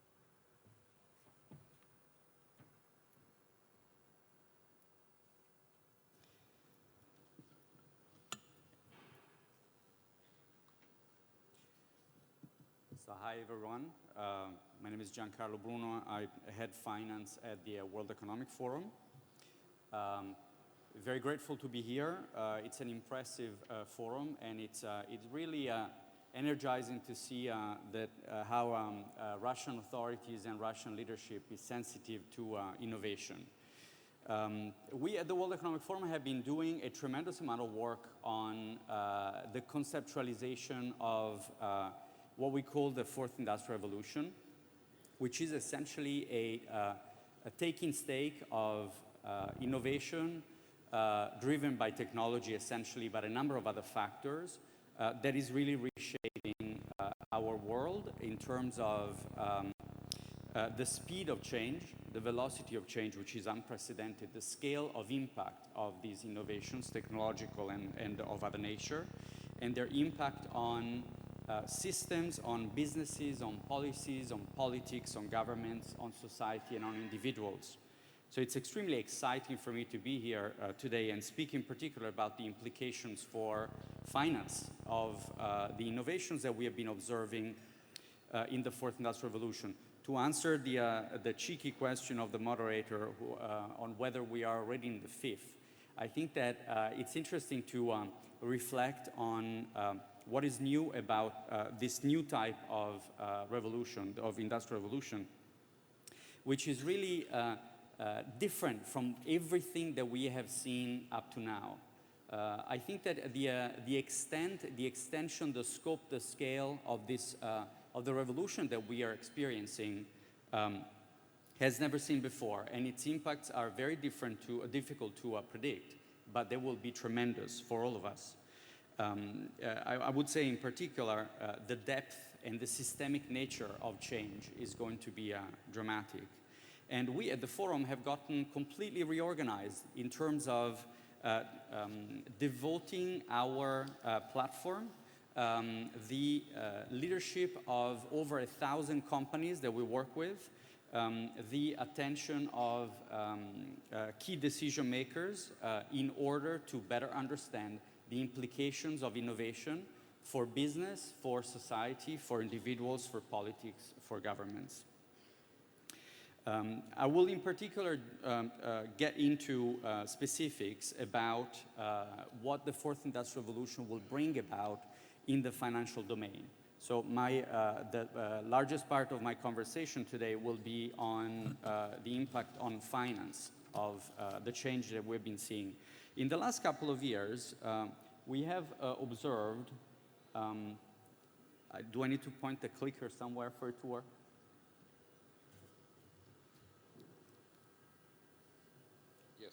So you see, we talk about technology a lot, but we're completely unable to use it. In 2014, when we started having these conversations in the finance domain, speaking to key decision makers, leaders of the private sector, such as Herman Greff, that is in the panel with me, and policymakers and regulators, I think that the overall thinking was that financial innovation and fintech, which is this catchword that symbolizes innovation, was something that was an interesting phenomenon on the fringe of the established financial institutions, didn't have the consumer trust, didn't have the institutional scale, didn't have the regulatory infrastructure that would also serve as a de facto barrier to entrance for these new players. So in that sense, fintech was not considered as a possible disruptor of established business models. Now, in the following year, in 2015, you could see these titles from a bunch of media on how there was a concern that was starting to develop among what we call sometimes the incumbents. So I apologize for this term, which I don't like, but it's a catchy word for the big established financial institutions, banks, insurance companies, asset managers, and other players. And so the concern there was that these new entrants could essentially skin the cream of the traditional business models of established financial institutions. This again took another turn in 2016, so more recently, at the annual meeting at Davos, when essentially the thought was it's not about fear, it's about understanding opportunities and how this new technology can drive costs down, can drive new offerings, can drive new productivity, can drive new profitability. So the key challenge for CEOs, my feeling is, and obviously others will say this better than me, is how to lead their organizations to and to transfer resources from established, sometimes obsolete, clanky, expensive business models or infrastructure to more innovative solutions that are brought about through innovation and technology.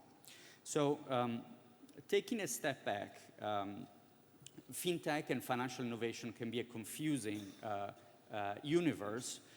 Many innovations are emerging very quickly, and so the perception is that this is a chaotic process.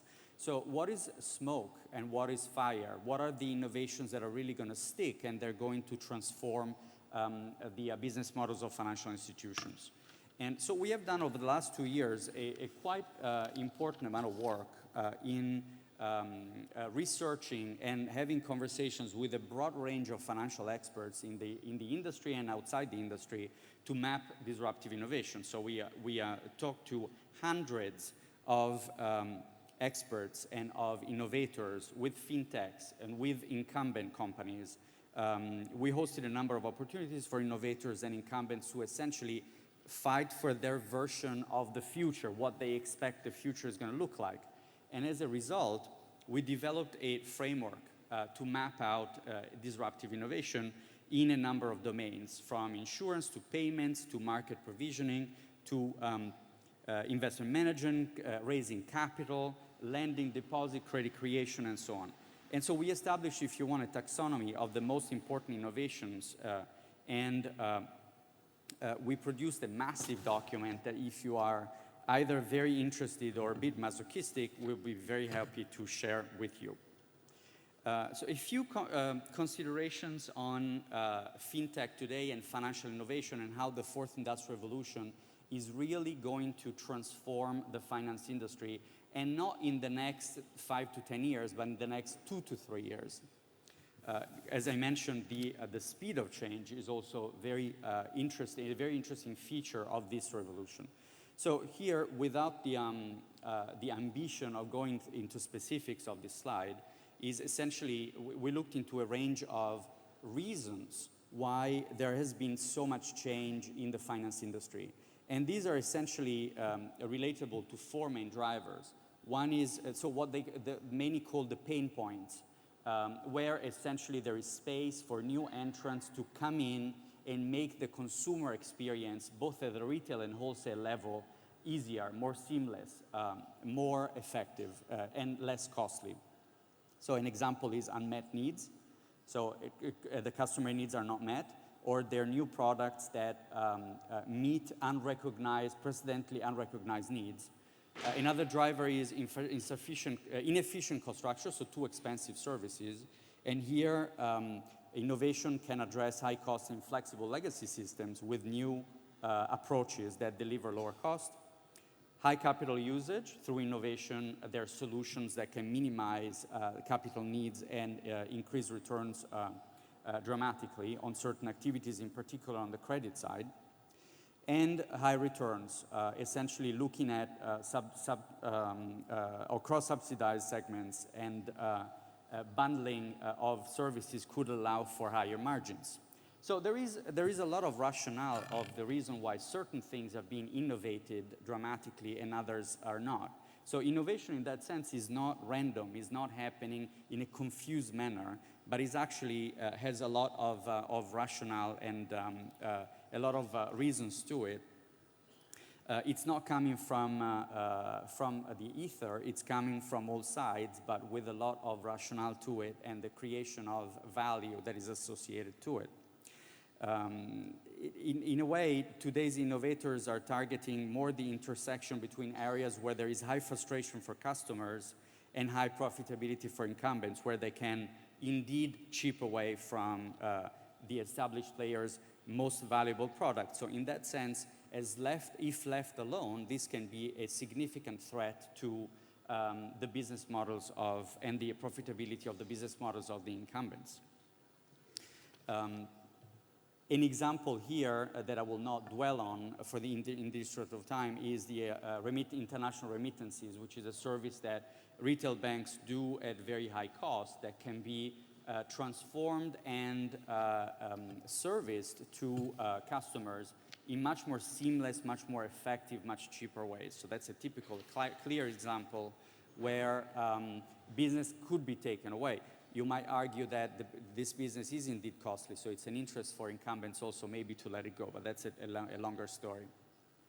But to summarize essentially this concept of where is the biggest impact coming from innovation on business models is when these business models are based on platforms that are data intensive and capital light. A bit like think of Uber, think of Airbnb. They function as platforms. They have a lot of data. They have capacity of processing lots and lots of data, which is key here.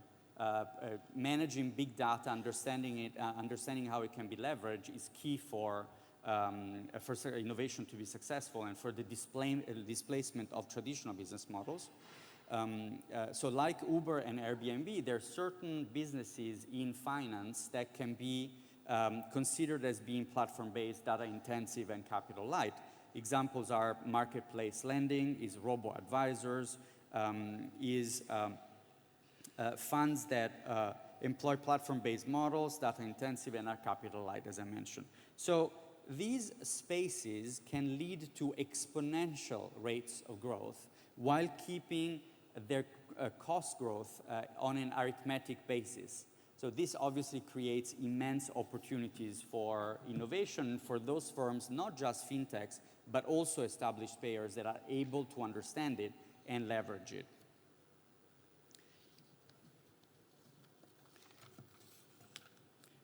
So I will also make a quick reference to the attitude of regulators, which is changing dramatically. I wanted to add this, even if it's not specifically on the technicality of innovation, because what used to be before a barrier to entrance, essentially the high cost of regulation doesn't justify small scale. So the traditional large successful financial institutions have been successful because they had the scale and the dimension to deal with the regulatory demands. This is changing too. The attitude of some regulators is becoming very open-minded. An example can be the Bank of England, but many of them have been launching, in the meantime, innovation labs, sandboxes, opportunities essentially to understand what innovation can lead to and its systemic implications. So when innovation does not have systemic risk implications, it gets a great deal of attention and a great deal of benign attention from regulators. Obviously, prudential regulators are less comfortable, but overall, the regulatory international community is looking at innovation and fintech models with a more benign look. Because they understand the increased competitiveness, the increased competition, the increased efficiency that these innovations can bring to the financial system. And in that sense, some of them are open-minded enough to favor it. So again, it's something that incumbents need to look at closely because the regulatory entry barrier is not going to cut it in the future. Now, I will try and be succinct in the interest of time, but I wanted to add just a few additional thoughts. Obviously, we have no crystal ball to understand where financial innovation is going and where fintech companies are going vis-a-vis their disruption of the business models of incumbents. But there are a few considerations that we can make and a few scenarios to understand where this innovation industry is going. So, new information platforms and the growing importance of digital distribution, like it says, could erode the benefits of scale in many aspects of financial services, meaning established financial institutions get a lot of advantage because of their size, but new information platforms and digital distribution channels and the processing and harnessing of big data can actually erode this position of force of I dare say, oligopoly. So it can actually, all these factors can give to medium-sized players a new edge because access to sophisticated capabilities becomes much cheaper. And in that sense, information asymmetry also is not might not become an important factor in the future. Emergence of machine learning and artificial intelligence can transform talent and organizations. So in that sense, the role of future senior executives will be less about managing people and more understanding how they can interact with artificial intelligence and work together. This, I think, is a dramatic change on everyone's day-to-day deliverables. While the future of the traditional model of universal retail banking can also change dramatically. Now the advantage of a universal retail bank is that it can be a one-stop shop where any customer, be that retail, be that corporate, can go to and essentially find the solutions to a range of issues, of problems, of challenges, of needs that a consumer, be that a customer, be that retail or be that corporate, can have. Now, this can also change because as the fintech world grows, the connective tissue builds around it. So in that sense, as you think of Amazon for financial services, you could think of digital ways of delivering different products in a seamless way without having the size of a large financial institution. So there are last couple of considerations. I would be remiss if I didn't mention blockchain and distributed ledger technologies. Nobody knew about these 2 years ago, and now they're considered to be at the core of innovation in finance. Their potential is extensive, so do not underestimate it. It can be extensive not just in the finance domain, but also in a number of other domains, from energy to infrastructure to really their application can be very extensive. We just produced a pretty massive study on this, and we're very excited because we have looked into essentially the speed, efficiency, traceability of financial infrastructure while reducing its risk, eliminating middlemen in transactions, increasing speed, reducing costs, increasing automation, reducing costs of basic processes. I mean, the sky is quite the limit in this domain. And finally, a word on digital identity, which is also something that financial institutions, also the big ones, could get involved in because they can leverage their trust in society and their scale to essentially reduce cost, enabling new customer critic products against disaggregation. So I think that this is a role that financial institutions can think about playing, even the big ones. And then lastly, and I apologize for my probably lengthy conversation here, presentation, I think that there are a few key challenges that innovation is encountering. So this is not all roses and flowers. There are actually pretty significant obstacles to innovation. One is that scaling up for these smaller companies is difficult. Some are already moving from business to customers to business. And in that sense, we have done a bit of a mapping here, and I apologize. One of the key rules of writing slides is that they don't have too much information and that don't confuse the audience, and this does exactly the opposite. But essentially, what we have done here is we looked at the key drivers of disruption, like I presented before, and in order to predict where change is coming across the board from retail to wholesale investment to insurance and other businesses, and sort of mapped out where we see the biggest areas for disruption based on unmet needs, insufficient cost structures, high capital usage, and high returns. So there is a lot of expectations that change will continue to happen, even if fintech companies are struggling to reach scale. So last consideration is that where we are and where we see this going is really it's all about collaboration and partnership. Clearly, established financial institutions are in desire, in need, they understand the strategic importance of innovating, are struggling with cultural and infrastructural obstacles to innovation, but at the same time understand the strategic imperative to innovate and the strategic imperative to collaborate with innovators and fintech companies. Obviously, there are key challenges there because the culture is extremely different among these institutions. Their systems are different, and there are possible conflicts in terms of the ownership of the clients. At the same time, financial institutions, I believe, understand, the large traditional ones, understand that they cannot own the entirety of their value chain anymore. And if they want to meet increasing demands, new demands from their customers, they need to seek partnerships and collaboration with innovators. So in that sense, and I conclude, I think that this is a particularly exciting time to be in finance because there is a real opportunity here to build a better more effective, less costly, more trustworthy, more customer-focused financial system. But the road is going to be long and it's going to be difficult. The one caveat that I want to have for all the professionals in the finance domain here is that large financial institutions need to become leaner and more agile and not consider innovation as the key word for 2016 and for the next couple of years. But this is a long-term game because, as I mentioned up front, the changes that are brought about by the fourth industrial revolution are going to be extensive, are going to be exponential, are going to be, to some extent, unpredictable. So will be the needs of customers and clients, so will be the opportunities for the finance industry. Thank you very much. Thank you, Signor Bruno.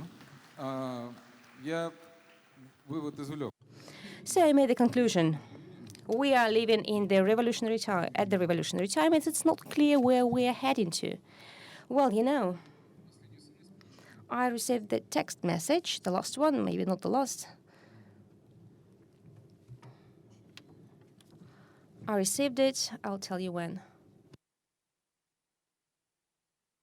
So this is the text message about the accrual of my salary at 11:23. At the same time, there was a text message that my wife is close to Bosco in Chilieje shop. So we receive text messages from Sberbank more frequent than from the members of our family.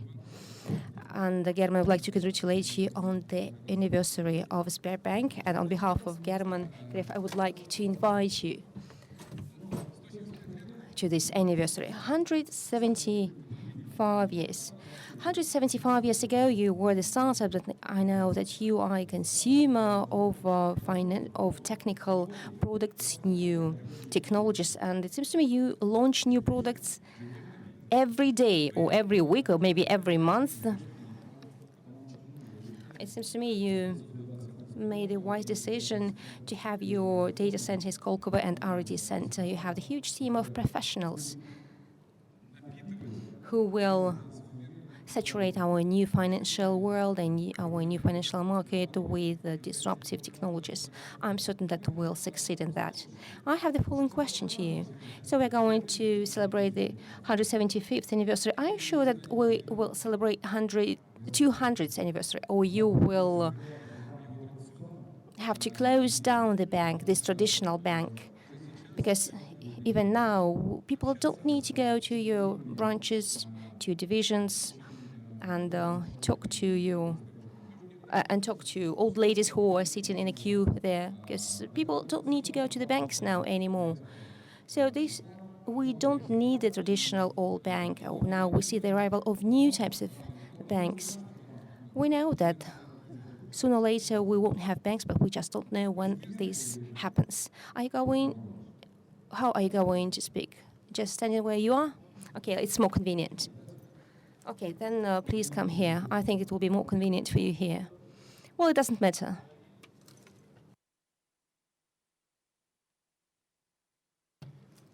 I think I will stay there. Thank you for introducing me. I would like, first of all, to thank the Ministry of Finance, Tatiana Nesterenko, and her team. I really appreciate their work.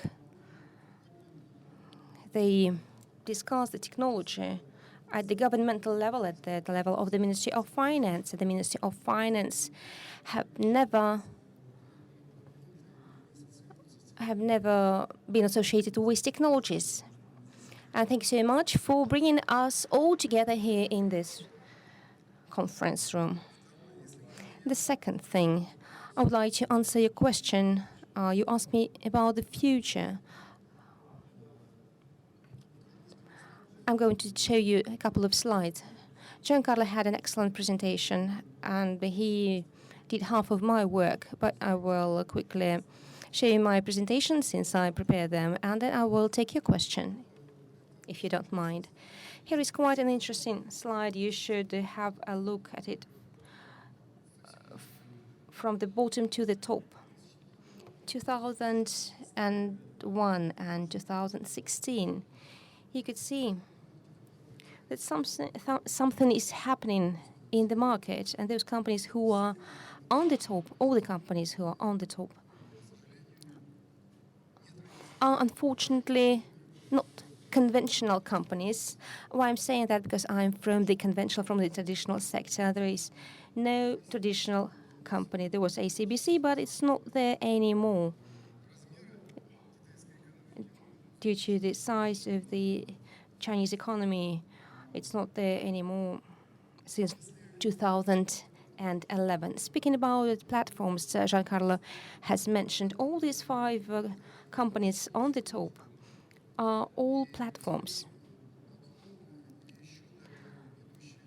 These platforms or ecosystems is just the dream of any businessman, and maybe later I will tell you a couple of words about that. And there is the second slide. This shows how technologies changed dramatically. I'd like to thank the Davos Forum and Professor Schwarm, who wrote the book about the 4th Industrial Revolution. We speak about industrial revolutions. What does it mean, an industrial revolution? What do we mean when we say an industrial revolution? This is the transition from one state of the economy or of the industry to another state, with a 50-fold increase in productivity. This is what I mean by, and we mean by, the revolution. So the labor productivity should increase by 50 times, and before, about 100 years ago, the first industrial revolution took 80 years. But how much will it take for the 4th revolution? Nobody understands, but obviously this will be a very swift development, maybe 8 years, maybe less. You could see here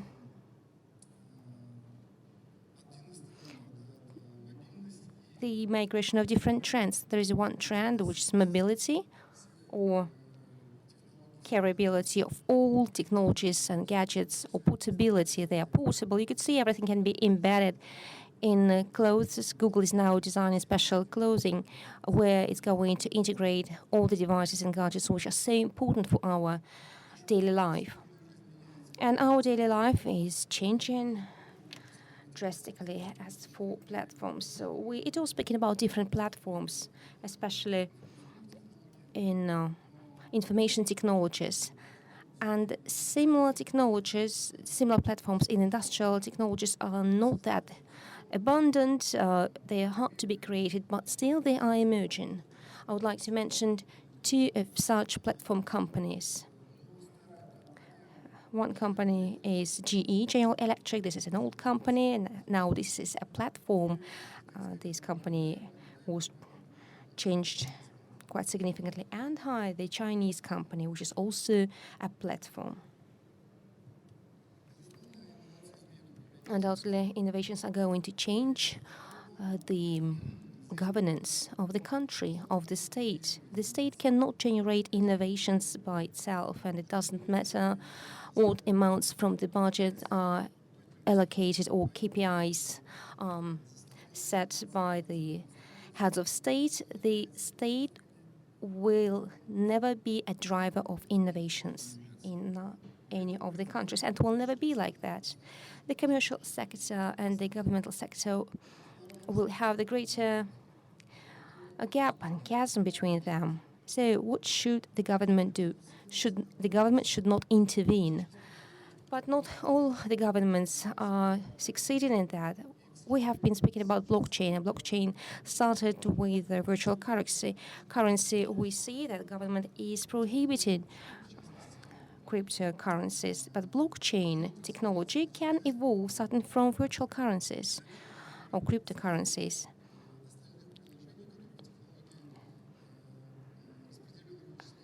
And as for distributed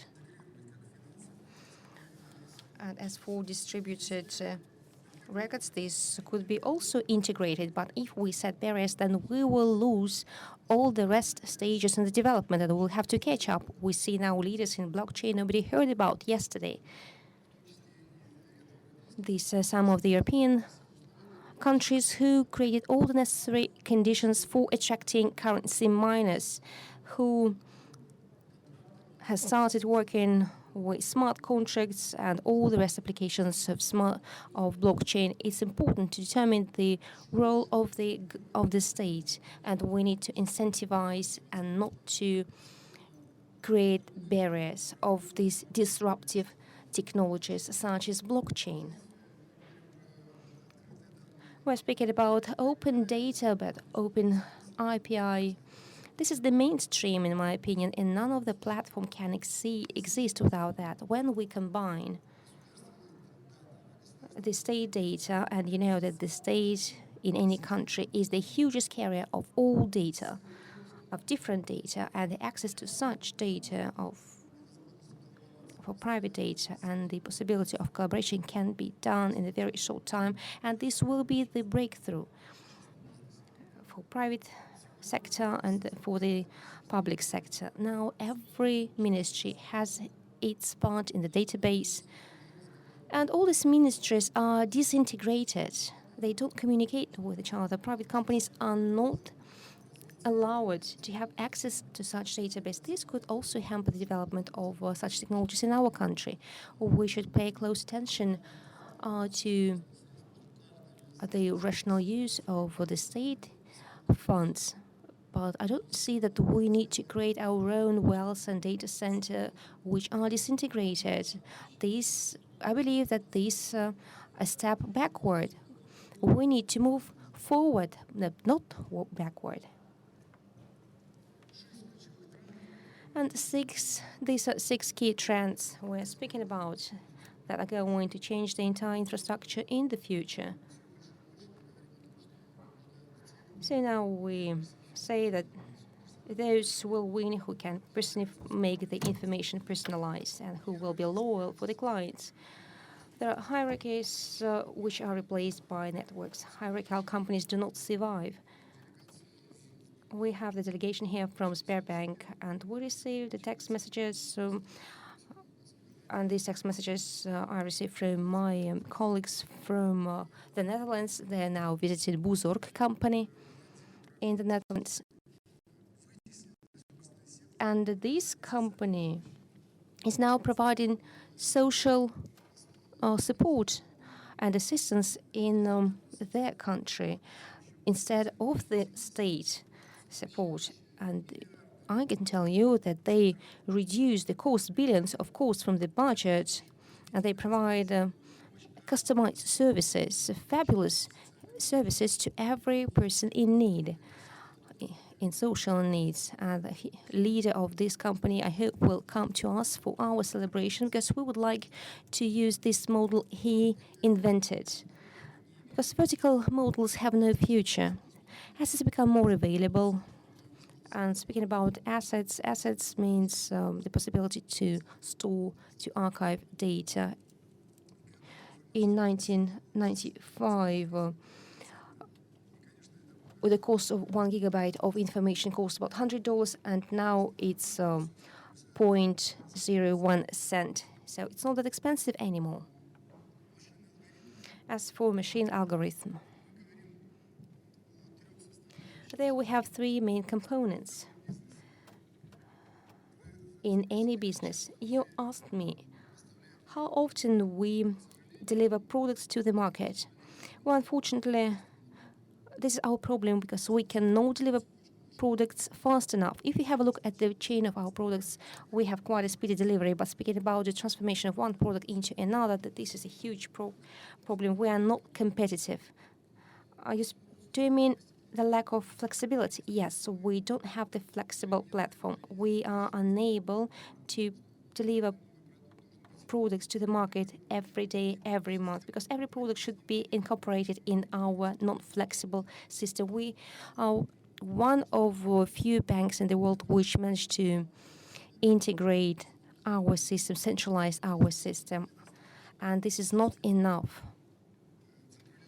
Our system is centralized, but it is rigid. It's not flexible. That's why we have a colossal task to become flexible, where we can reduce the time to market. time to market, time to decision, and time to delivery. These are three key words. And the lead time in the public sector, decision-making time, and the time for service delivery. This is so important. We know how clumsy and how low all the states, all the countries are. We need to digest lots of things, and the state cannot do this. We need an absolutely new platform. A few words on that. Now, on threats to financial companies, we've drawn this diagram. It is barely seeable. The small jar is banks. This yellowish character is telecoms. This is the picture it was shown some years ago. Today, there are no telecoms on this horizon, not on national scale, but even on an international scale. I believe telecoms have missed their golden age. Banks increased and they're now moving towards each other, devouring fintechs, and these are more numerous. Who will devour the fintechs, or banks will be able to exist autonomously? This is a big question today. This is all the Bitcoin technology added fuel to the fire, which is risking to devour the business of both. If you do not migrate to the disruptive technology, everyone's going to have a hard time. Now, let's think platform-wise. Here you can see platform-based solutions. I would like to point out that in our view, the winners are comprehensive platform-based companies who develop an ecosystem. These are the three Chinese companies, Alibaba, Tencent, and Baidu. On their basis, today we have full-scale ecosystems. And this is the business model of the future. The United States, with Amazon, the most development, is showing a very high pace. Google is trying to become a hybrid platform. We know that Apple now is developing its own vehicle. We know that Uber is now developing its own vehicle, its automobile. But the only country that has fully developed platforms is China. What is going to happen on the Russian market? How long is a piece of string? It's a difficult question. The big players win.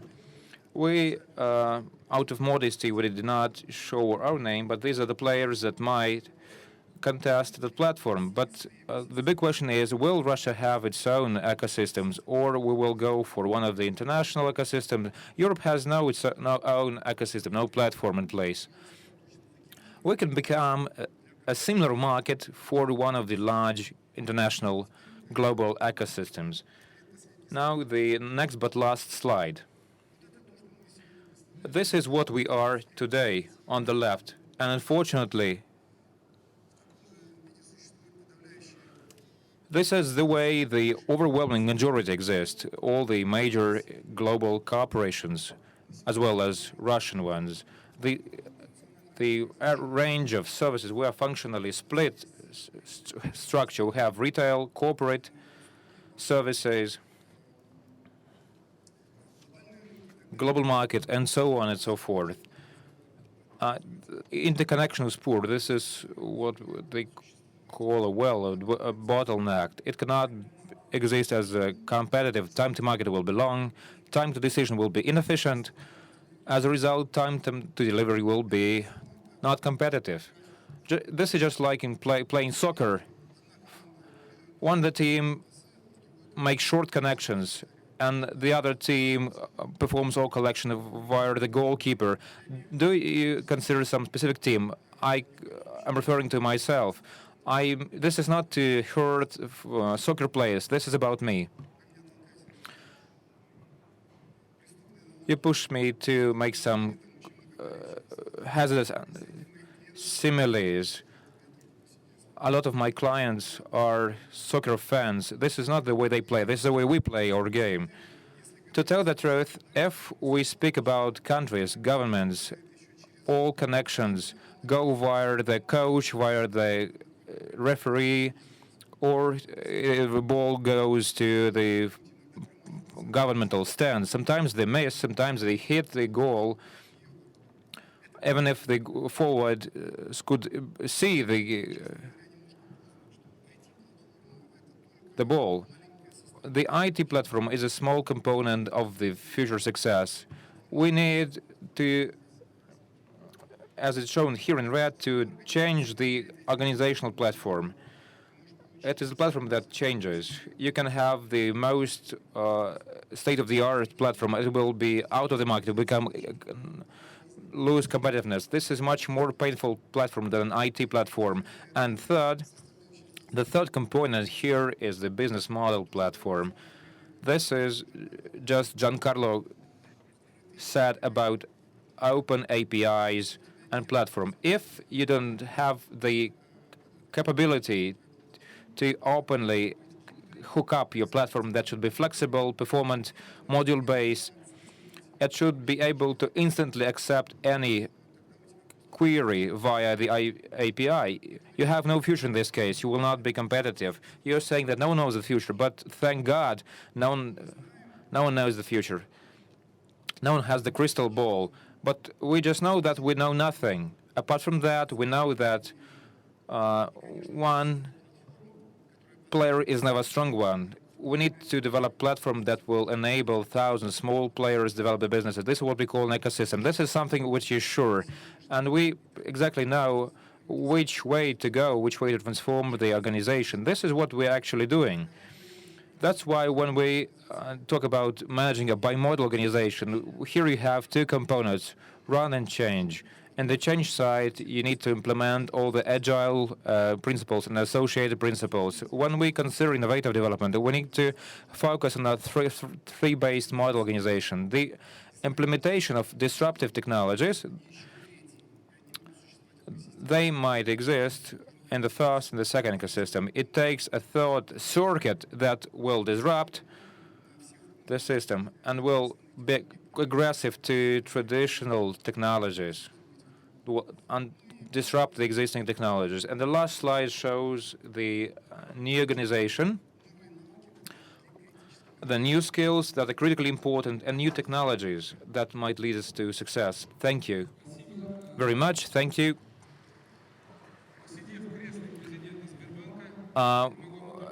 Having used the chair of the CEO of Sberbank, I would wish that he's still at the top of the consumer chain. We'd like to give the floor to one of the founding fathers of the IT industry in Russia, who knows a thing or two about blockchain, Alexander Galitsky. I'm now going to hand over the clicker. Thank you. They are launching new products, but you're convince them to use the new products, driving startups to new horizons, and convincing large players to purchase products, and they become larger or become smaller, and they are no longer shown on this previous slide. Is this a well-meditated decision?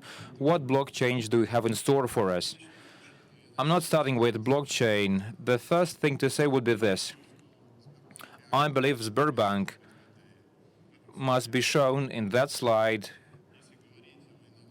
If we consider innovations, I believe this is one of the industries, I mean financial industry, as a banking industry, that today can consider national-wide and worldwide issues in order to have a clear idea, to have a clear understanding of the problem. We have a lot of people who are good at task solving, but the most crucial thing is to set the right task. You can fill in that slide. Just use this click.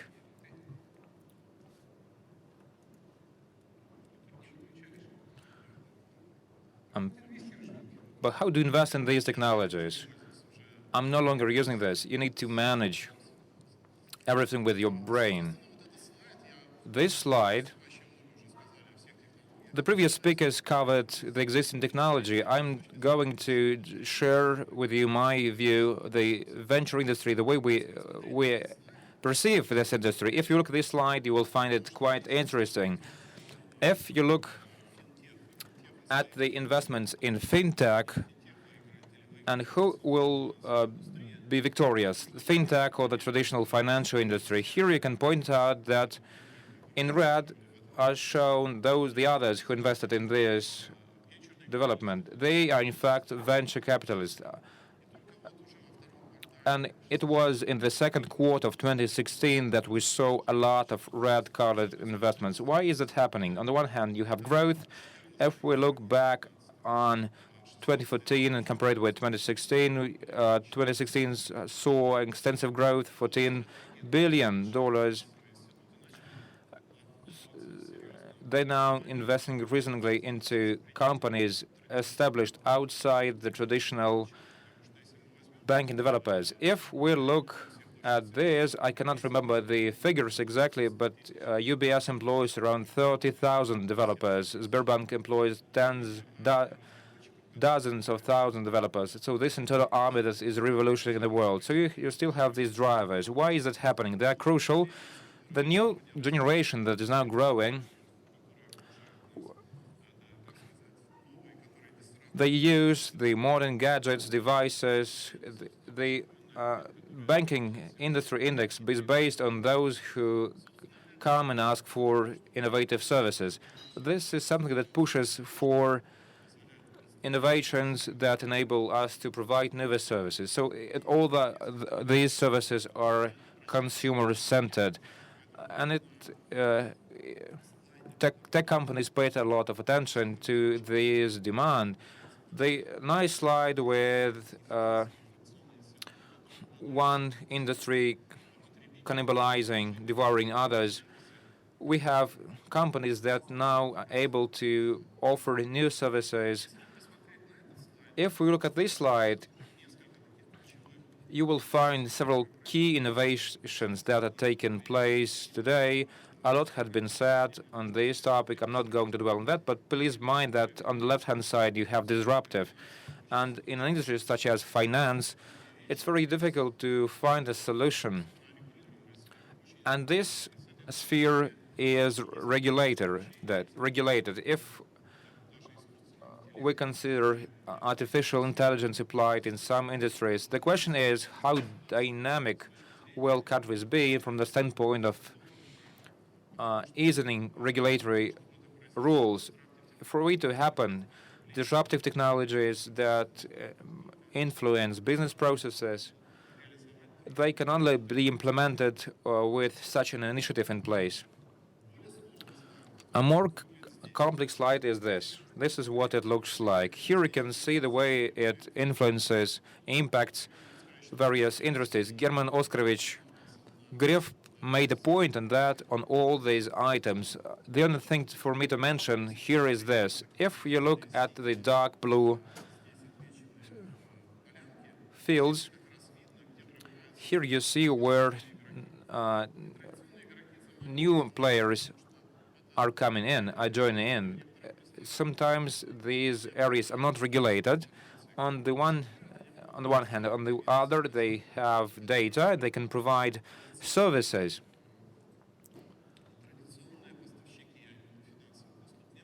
Not achievable by traditional financial service providers, because mainly they are historic database which are accumulated slowly, and they're still living in these conditions. You have a lot of new data that come from various spheres. These are social networks, the IoT that enables to connect more data on individuals. That's why these companies are able to offer more personalized services. Thus, they are starting to replace traditional services provided by traditional incumbent institutions. Now on blockchain. Interestingly enough, the Bitcoin currency came into existence a long time ago, back in 2009. Took a long time to develop, but the flowchart on the right-hand side is quite interesting. This is on the way startups emerged. if you look at 2014, the number of startups was quite high. Now everyone realized that the Bitcoin is based on blockchain. The blockchain led to the understanding that it is today that you need to transfer investments to. As you see, in the years following 2015, 2016 is the basis for impressive growth. Over 6 months alone, the investments amounted over $150 million in this area alone. These are impressive figures. If we look at the way the industry develops in various countries, if we look at China, we will find that they establish a special purpose foundation fund, that it's public-based, that only deals with investing in blockchain-centered companies. At the bottom, you can see the works that are feasible. Governments all across the world set specific tasks with specific KPIs and time deadlines. I will draw some examples later on. We can state that dynamics is on the increase. If you can have various standpoints on the blockchain, there is a saying that goes that the blockchain is a new wave, just like that of the IP protocol. In the early 80s, no one believed in the IP protocol. So using internet in our day-to-day life was something unbelievable. You can see the takeoff that took place in the latest years. It faints economy. Now there are around 10 popular blockchain-based platforms. Standards are being developed, open APIs that are being developed. This will lead to a driver force, just like the IP protocol when in late 80s, 90s, when it became available to industries. The same is true for artificial intelligence. You can say a lot, you can do a lot on collaborative economy, but AI does not only replace people in some transactions. It's for everyone to see. It's not surprising that you have machines in banking facilities, and they now replace a lot of people who used to operate terminals. And this is about personalization, about knowing your client, about those who make purchases. This is about collecting information on the customers. This is also true for small enterprises, large enterprises. Such forecasting may help to offer better value, at the same time achieving efficient result. There are a lot of interesting dimensions. I will now go to the last slide. I would like to dwell more on the Russian market. I took a different view on the Russian market. It's not about the number of startup initiatives or something else. We only have few. We don't have that much venture money in Russia, which is absolutely absent. We might lack some other conditions, but on the left-hand side, you can see some important phenomenon. The Harvard Business Review considers Moscow, I'm not saying all of country, but the second most talented innovative industry. We are ranking second after the Silicon Valley, in front of a country such as Israel. This is Moscow alone. This we look at the right-hand slide. This number of graduates.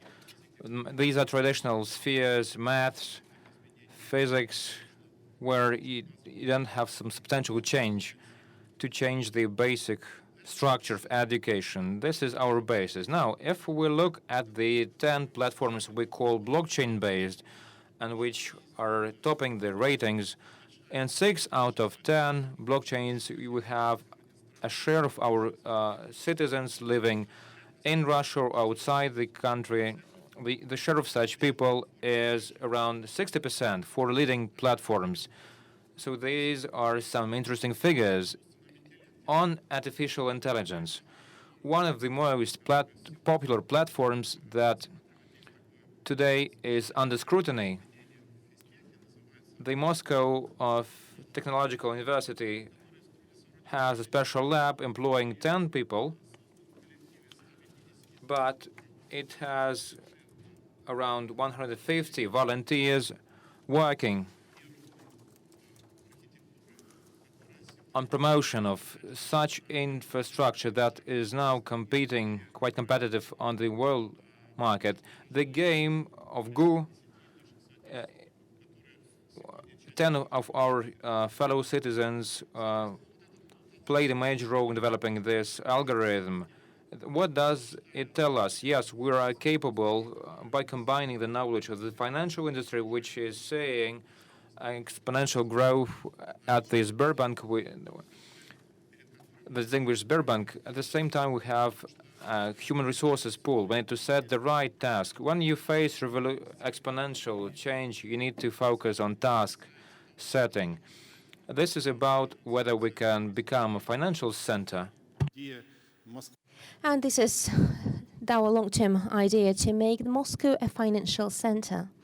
Maybe we can become something else. We can have a look at different corners. We can see different constraints, such simple constraints as the ban on bitcoins and cryptocurrency, and some other constraints that should be removed to launch the initiative and to, in large structures such as Sberbank or Alpha Bank, or beyond those structures in the field of fintech startups. So we want this to become a reality, or we can have a look to the right side and to pick up the project to be implemented. UBS, as you see, is going to transfer its settlement, to change its settlement system, and if they do that, this will be a big breakthrough. This will give the impetus to further development. As for China, they have launched P2P lending when this is now considered to be the official business. But they had some criminals, they faced some other challenges, but still this is quite a consistent policy of China. If we have a look at other apps, they're always present in other countries. So coming back to the start of my presentation, in disruptive technologies, the state plays a huge role, especially in the field of regulation. I urge you to have such regulation. Thank you, Alexander. And in conclusion of this session, I would like to invite Tim Clyde from Pricewaterhouse to make the overview of those trendy, promising technologies. You have analyzed 150 and pick up only 8 who, from your perspective, will change the world and will be used. Tim, the floor is yours.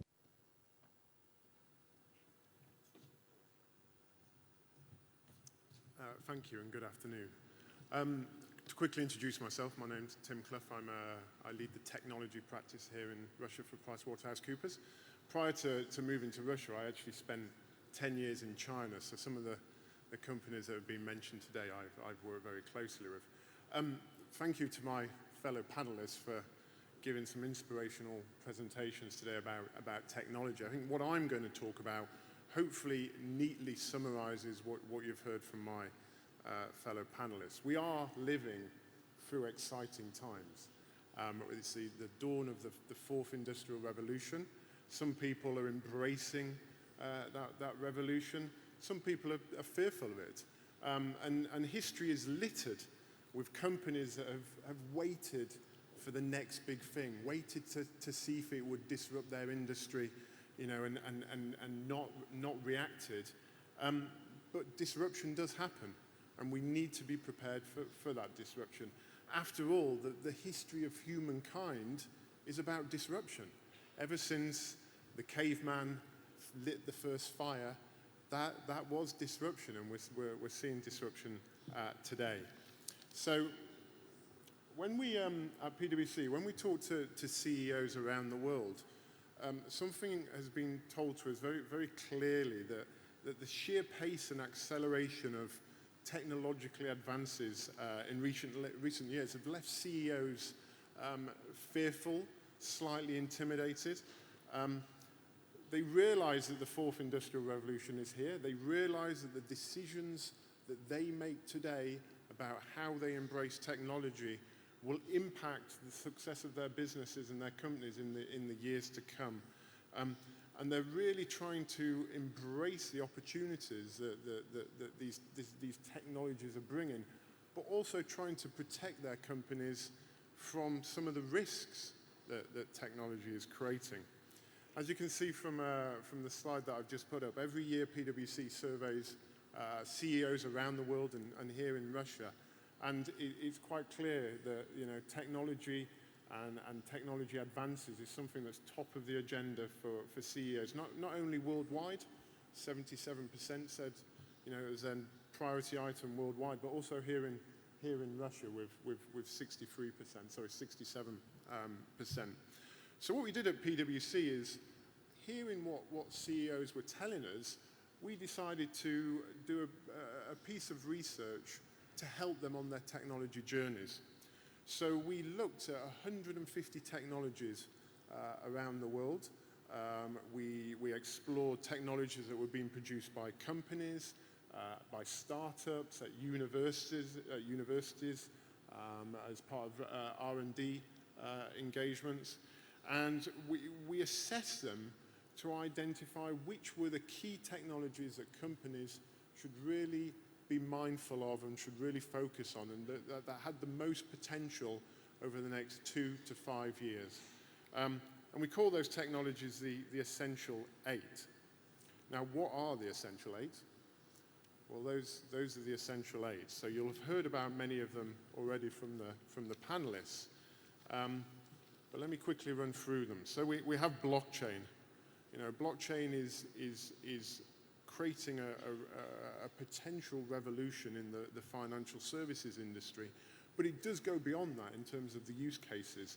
It could be used for smart contracting, traceability, provenance in the food industry, asset registration, ownership for governments, even e-voting could use a blockchain to create that trusted relationship.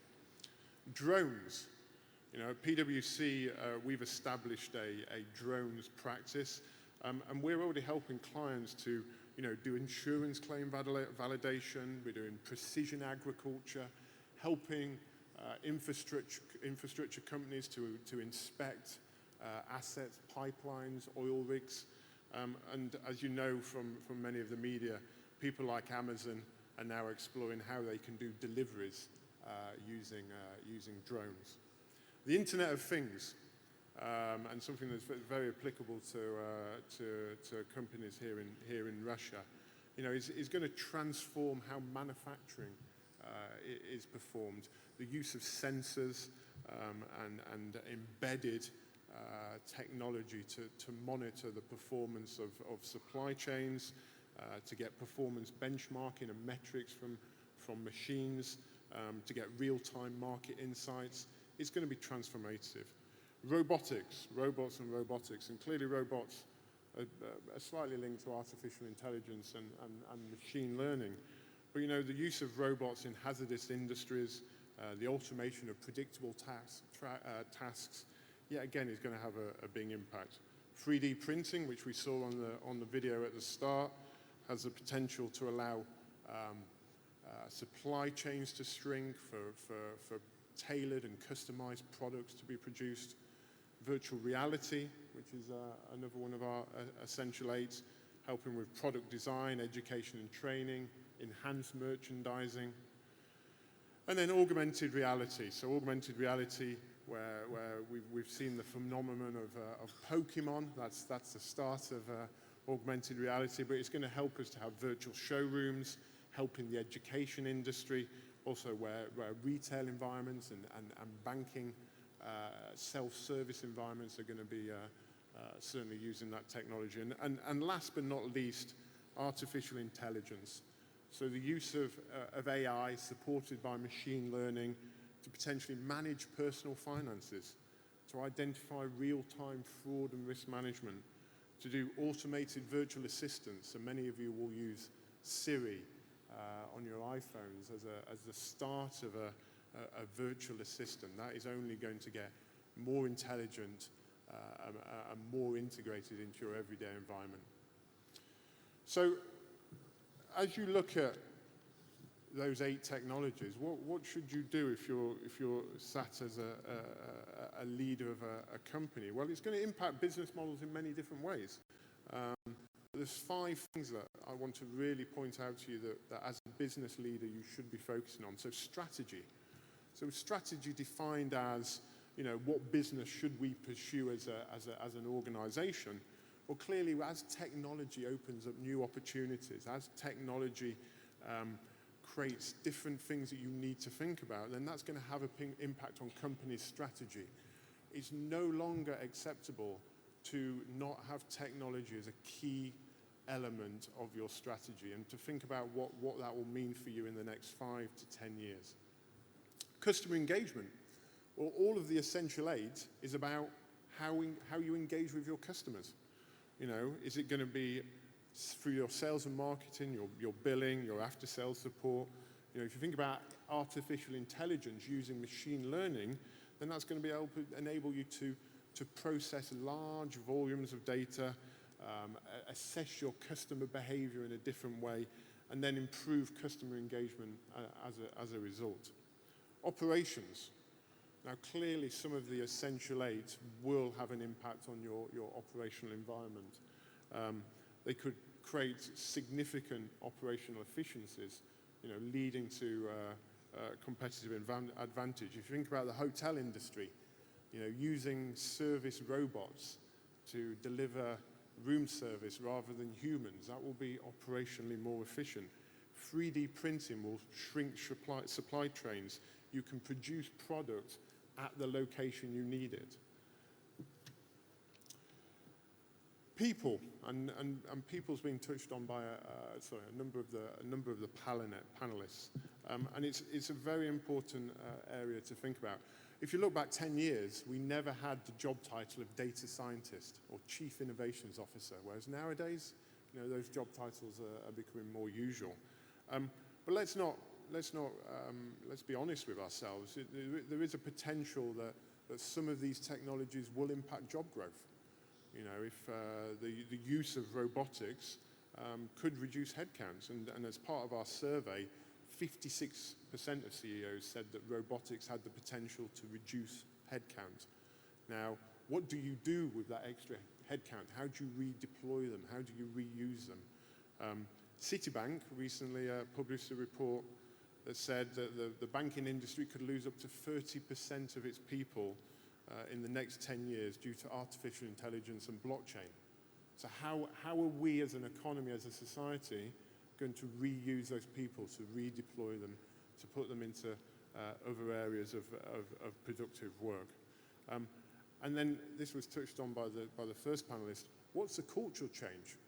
In the future, as a human, you're going to be increasingly interacting with machines. What does that mean for your behavior, for how you manage people, how you motivate them, how you train them, and how you educate them? Companies will need to think about that. And then finally, compliance. I'm not going to talk a lot about this because we've already touched on it, but clearly regulations will shift. The regulators at this point in time are probably playing catch-up. But you know, at some point, more regulations will appear around data privacy and around other areas to really protect the people that are being impacted by this sharing of data and this use of technology. So to summarize, what should you do if you're sat in a leadership position and you need to think about technology? Well, first of all, do not delegate.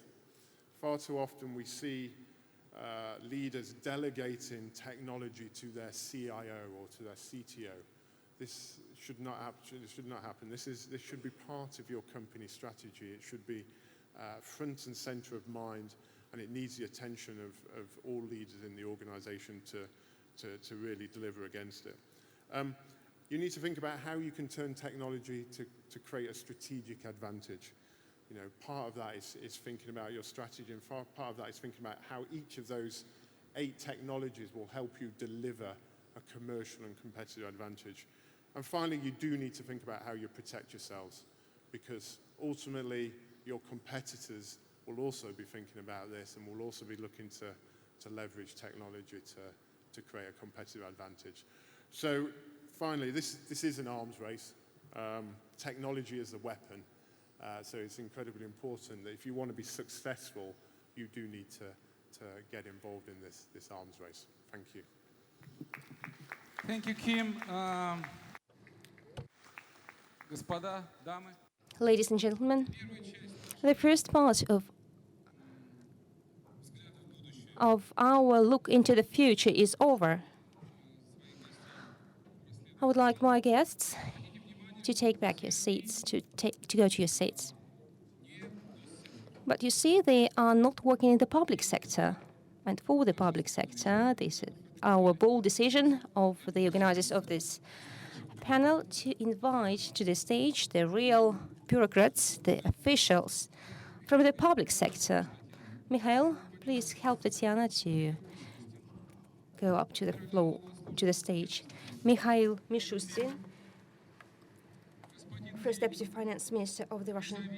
Tatiana Nesterenko. Mikhail Mishustin is from the Federal Taxation Service. Taehwon Kim and Mr. Sokwan Moon from the financial sector. Please come up onto the stage. Mr. Taehwon Kim. So he will join us shortly. So you see, 3 out of 4 previous, if we compare with them with the previous speakers, blamed, well, they reproached, so to speak, those regulators who are now sitting on this, who are sitting here in front of us and whom I call bureaucrats. One man said that the regulators are launching new technological solutions and creating, by doing so, barriers. And German Graf said it's better for them not to intervene. Alexander Galitsky showed us the slide showing that these regulators are really intervening, and only the representative of Pricewaterhouse didn't criticize. But this is normal for any advisory agency which is supported by these bureaucrats and which is funded by the bureaucrats, which is inspired by these bureaucrats. Mr. Mishustin, could you show in your presentation that behind this terrible face of regulators is really the nice and friendly face of a friend? And we see that tax authorities are already facing us with their face, but not with their back. And this is a good food for thought. And that dark image, and oh, by the way, in Russia we are scared quite rapidly. Now we changed our attitude to tax authorities. For us, the tax return is not anymore a summon to court, but it's not very welcomed still. Could you please tell us about some new developments? When I asked this question to Graf, when you will stop existing and when you will be in the cloud. So my question to you, when are you going to be in the cloud? Well, I'm in the cloud for a long time already, and I don't see the clicker. So I don't see the slide, then I will just try to guess what's in my presentation. Well, now I see it. Thank you. Thank you for introducing me. You called me the bureaucrat, so it's nice to hear that. I don't know what's better, but I know that after the panel, there will be the lunch, and I don't know what's better to go for the lunch or to read something, but I will tell you more about what we're doing currently. There were excellent speakers today, and German, and we didn't discuss what we're going to tell you today, but I discussed this with Mr. Galitsky. Well, in fact, big data, interfaces, API, blockchain, and all the rest things are just examples of disruptive technologies that really influence our world. And as for the future technologies, you can see here the numbers. And According to Intel, by 2020, the number of people working online, the number of sensors, Internet of Things working online that generate data will be over 2 billion units, and this completely changed the world. German mentioned this in his presentation, and I join him because we also were a startup not long ago, and now we're data movers. We have here the heads of our tax authorities, so I can tell you that you will become data movers. 75-80% of all our work is the data transfer, and the rules of the game according to which we transfer data are the same across the world. So speaking about disruptive technologies that I applied in our country as well, you could see here that key fintech trends are the same. And the Pricewaterhouse representative mentioned also drones. My son is fond of drones, by the way. I don't have drones here, but cloud technologies, applications, and APIs, all these trends developed and thoroughly dwelled by our tax authorities to make the life of our taxpayers more comfortable. Customization of services for mobile devices is a basis of the new generation. You can call it an X generation, Y generation, Z generation. The youngsters do not care about portals. They want to use their gadgets. They want to understand what they should produce to the government, if so, if any deliverables are awaited. Next slide. It so happened that the Russian Federation was chosen by the OECD. Heads of tax authorities hold regular meetings to discuss the ways for development of technology. We were tasked with innovations. We performed a lot of work. Next slide. What is tax authorities' view of innovations? This is about difficult topics switching from technologies to global vision. These are the 8 points chosen by the heads of the 48 tax administrations from across the world. This is about tax administration global vision. First, priority of digital technology. How to put it? This is about digital maturity. Are you ready to become this? This is something which we are similar in this regard to Sberbank. This is a good thing. This is something that must be measured. Are our suppliers ready to these technologies? There was a nice slide on the infrastructure. The lower level is IT infrastructure, then business logics, and then on.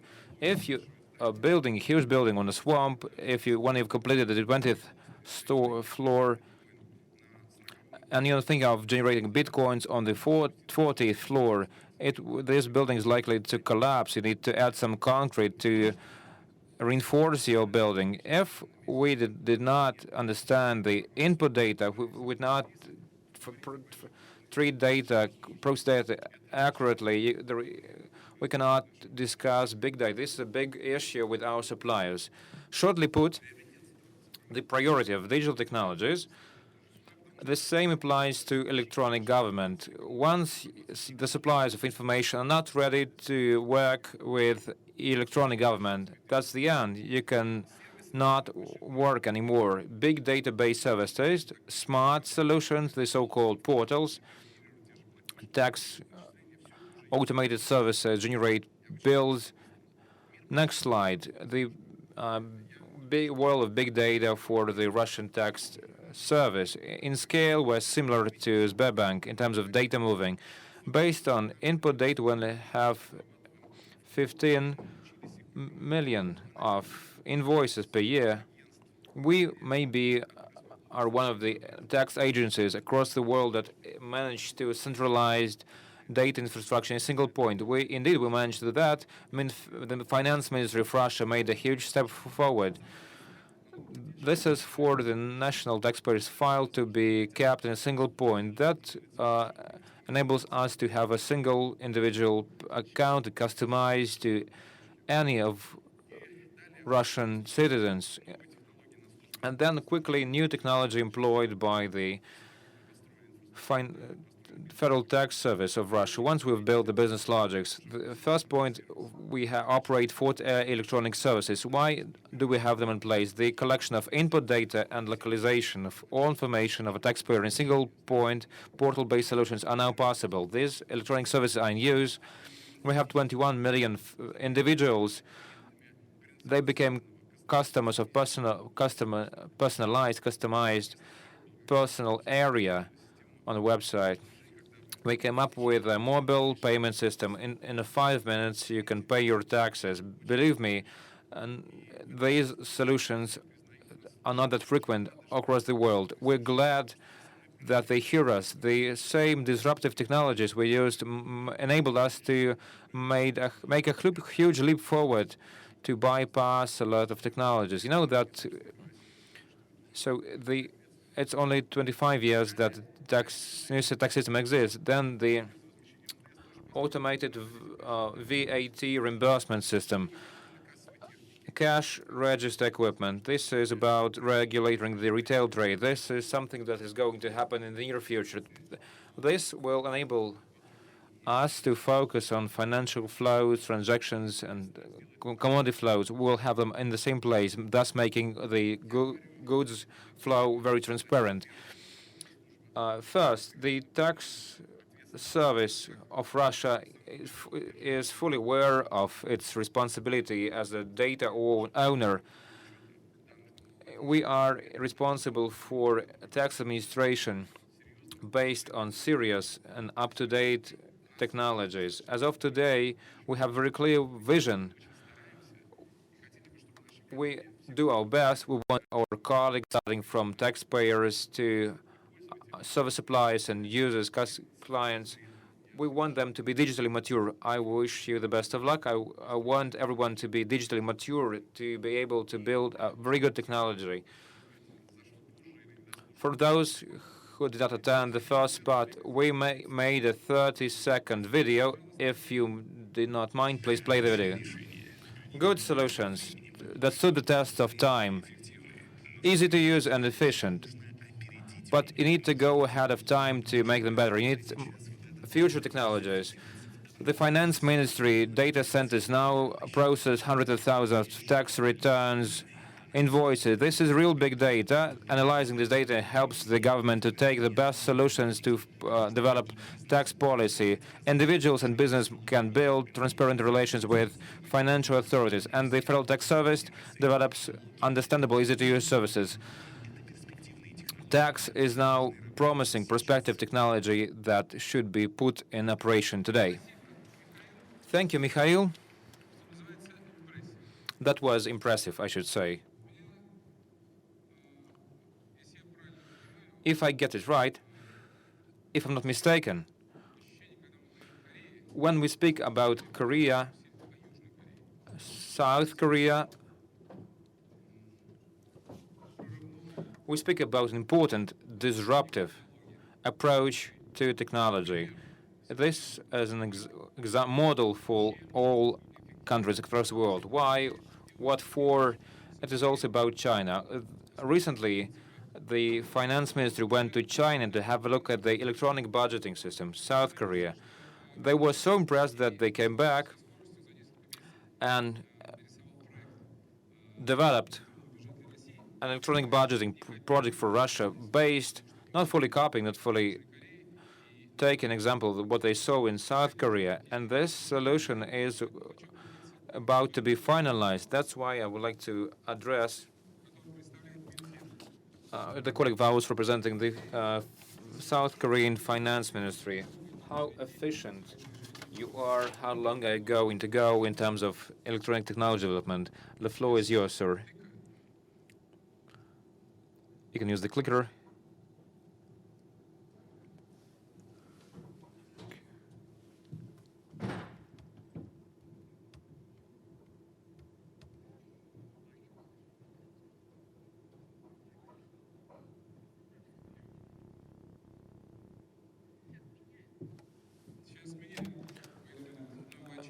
Wait a minute.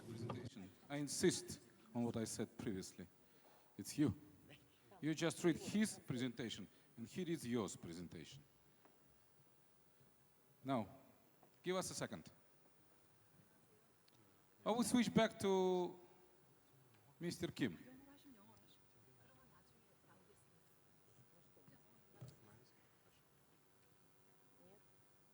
No.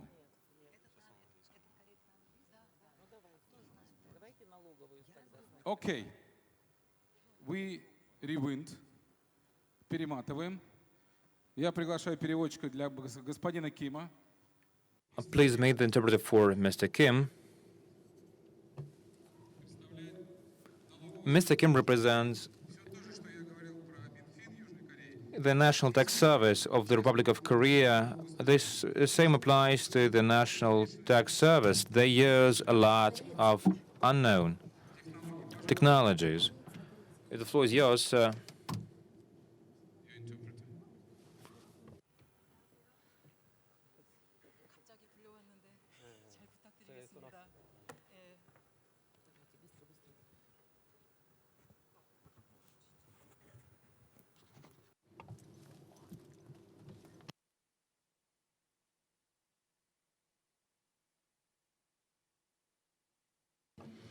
Good afternoon.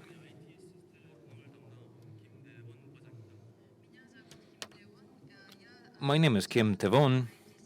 I'm in charge of IT systems with the National Tax Service of the Republic of Korea.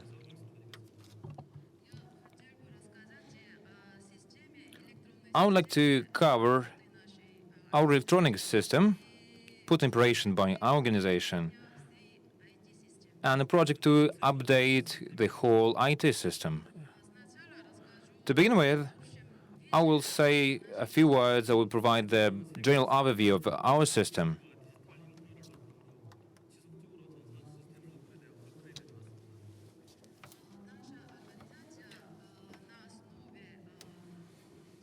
Our organization, based on an I system compliant with international standards,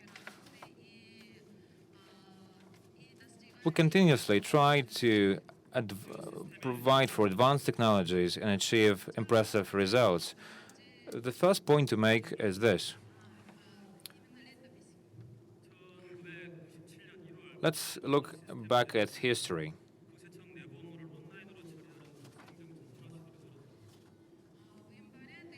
In January 1997, for the first time, we developed a unified tax system.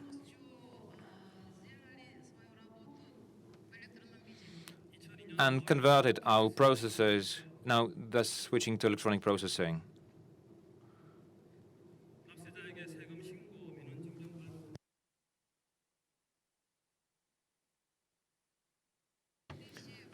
In April 2002, we developed a system, home tax system, thus providing services to the population. They can file their tax returns using this system. They can receive necessary documentations.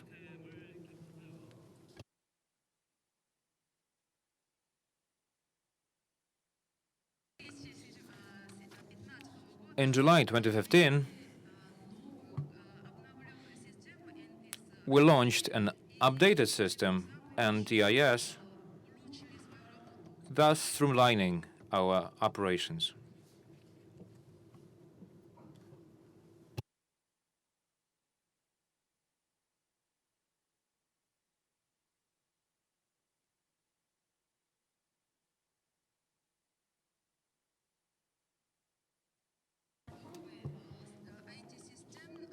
The National Tax Service of Korea has a two-stage tax system.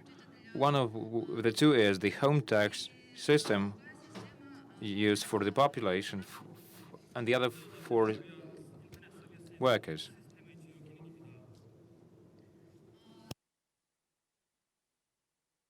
First, I would like to touch upon the home tax system.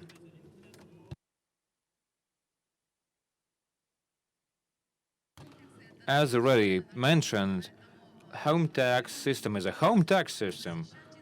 So citizens can process all their files online from the commodity of their homes. They can file tax returns, they pay the taxes, they can provide supporting documentations, receive supporting documentations and invoices.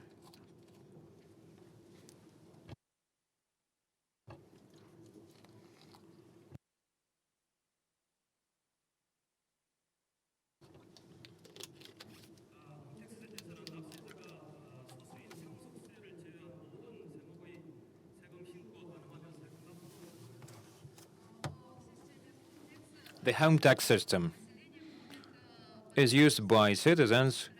Using the system, you can file tax returns, all tax returns, with exception of some.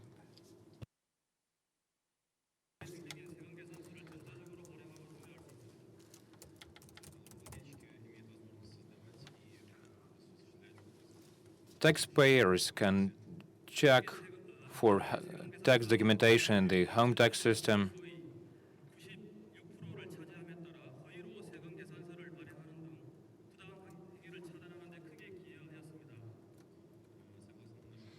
According to our data, around 96% of all tax returns are filed using electronic document processing with the home tax system.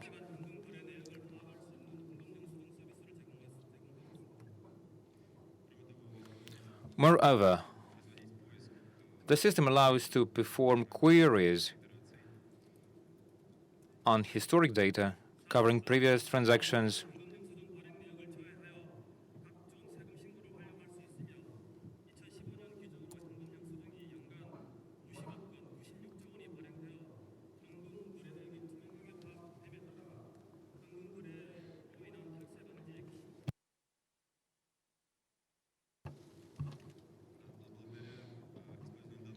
thanks to using this system.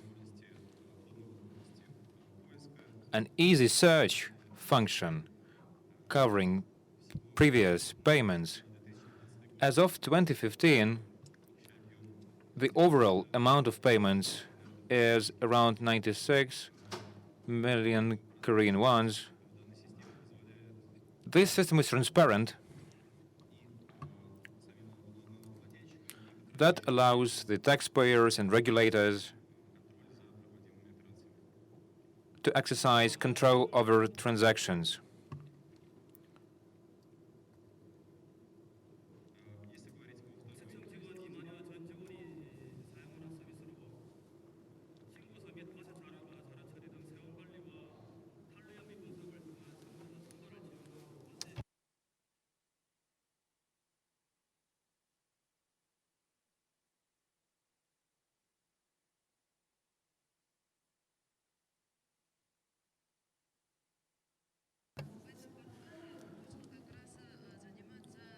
Using this portal, you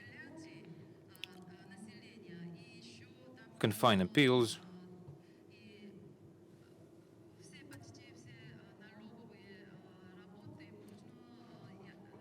virtually all tax services are available. You can check and analyze tax-related data.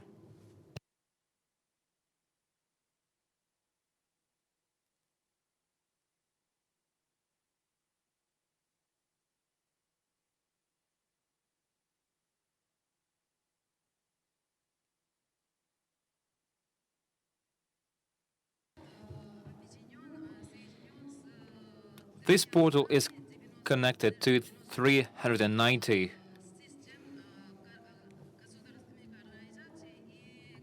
state organizations, accredited institutions, and other social organizations.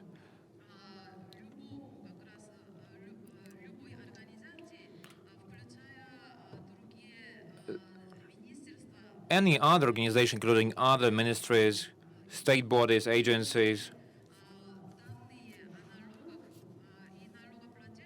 they can process and transfer data on taxpayer accounts.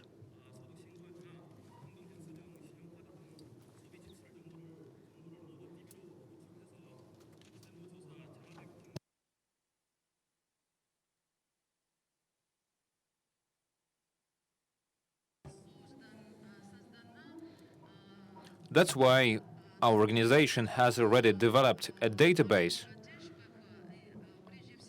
on taxpayers. In the first place, their real estate, their property, shares, and their tax payment history. All transactions by these individuals based on cash payments and plastic cards. The whole set of data can be used by any of the respective state bodies and organizations. I mean, as we are running out of reglement, out of time, I would say, you did have a chance to listen to Mikhail. Did you find a lot of differences? Because what I hear, что я слышу сейчас, и это наполняет. What I hear now, it make me feel proud. To begin with, South Korea is the #1, this leader in terms of IT technology implementation, but so far you have not surprised me. I, as taxpayer, can use the same functions in our electronic tax processing systems. I am the customer, the client. Is there any substantial difference? Mikhail, what is your point of view? While working with the OECD, we're aware of the state-of-the-art technology innovations. The difference in terms of distance, the data centralization will be not incomparable. But still, I believe that the home tax system is an amazing solution. You can perform accounts and invoices. If you open the personal area in the Russian tax system, all these taxes are calculated automatically, vehicle-based.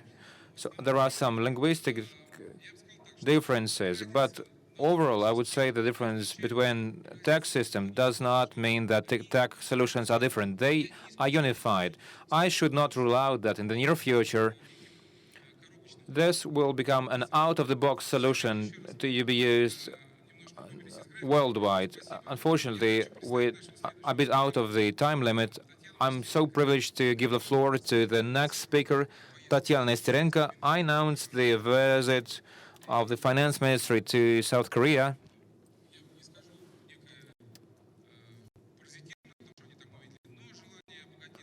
So the solutions seen in Korea were quick to be implemented in Russia. Tatiana Nesterenko is one of the authors of this project. They performed as bishops coming out. They formed a budget. It is Skolkova keeps a close eye.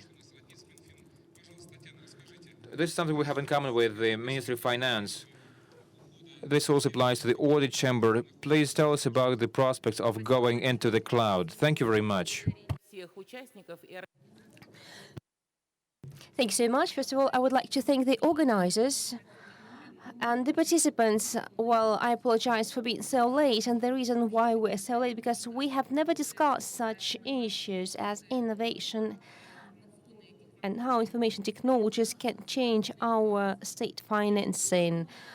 So we have never discussed this in our community. So I would like to give you just one case study, tell you about one case study, and I will tell you how innovative technologies can change at least two state functions, such as accounting function and financial function. This is what we are dealing with. So let's have a look what's going on now. According to our estimates, the number of accountants who work in the public sector are more than 1 million accountants, and the average payroll is 30,000 rubles, 35,000 rubles. The total cost is 500 billion rubles, and operating costs more than 850 billion rubles. This is comparable to 10 Russian constituents So you could see this is the cost which is paid by our taxpayers for accountants of different institutions, federal, regional offices, municipal offices. These are those people who are accounting properties, treasuries at the federal and local levels. So the operation and the development of IT infrastructure and software in the public sector costs more than 10 billion rubles a year. And how many terabytes of information is stored in different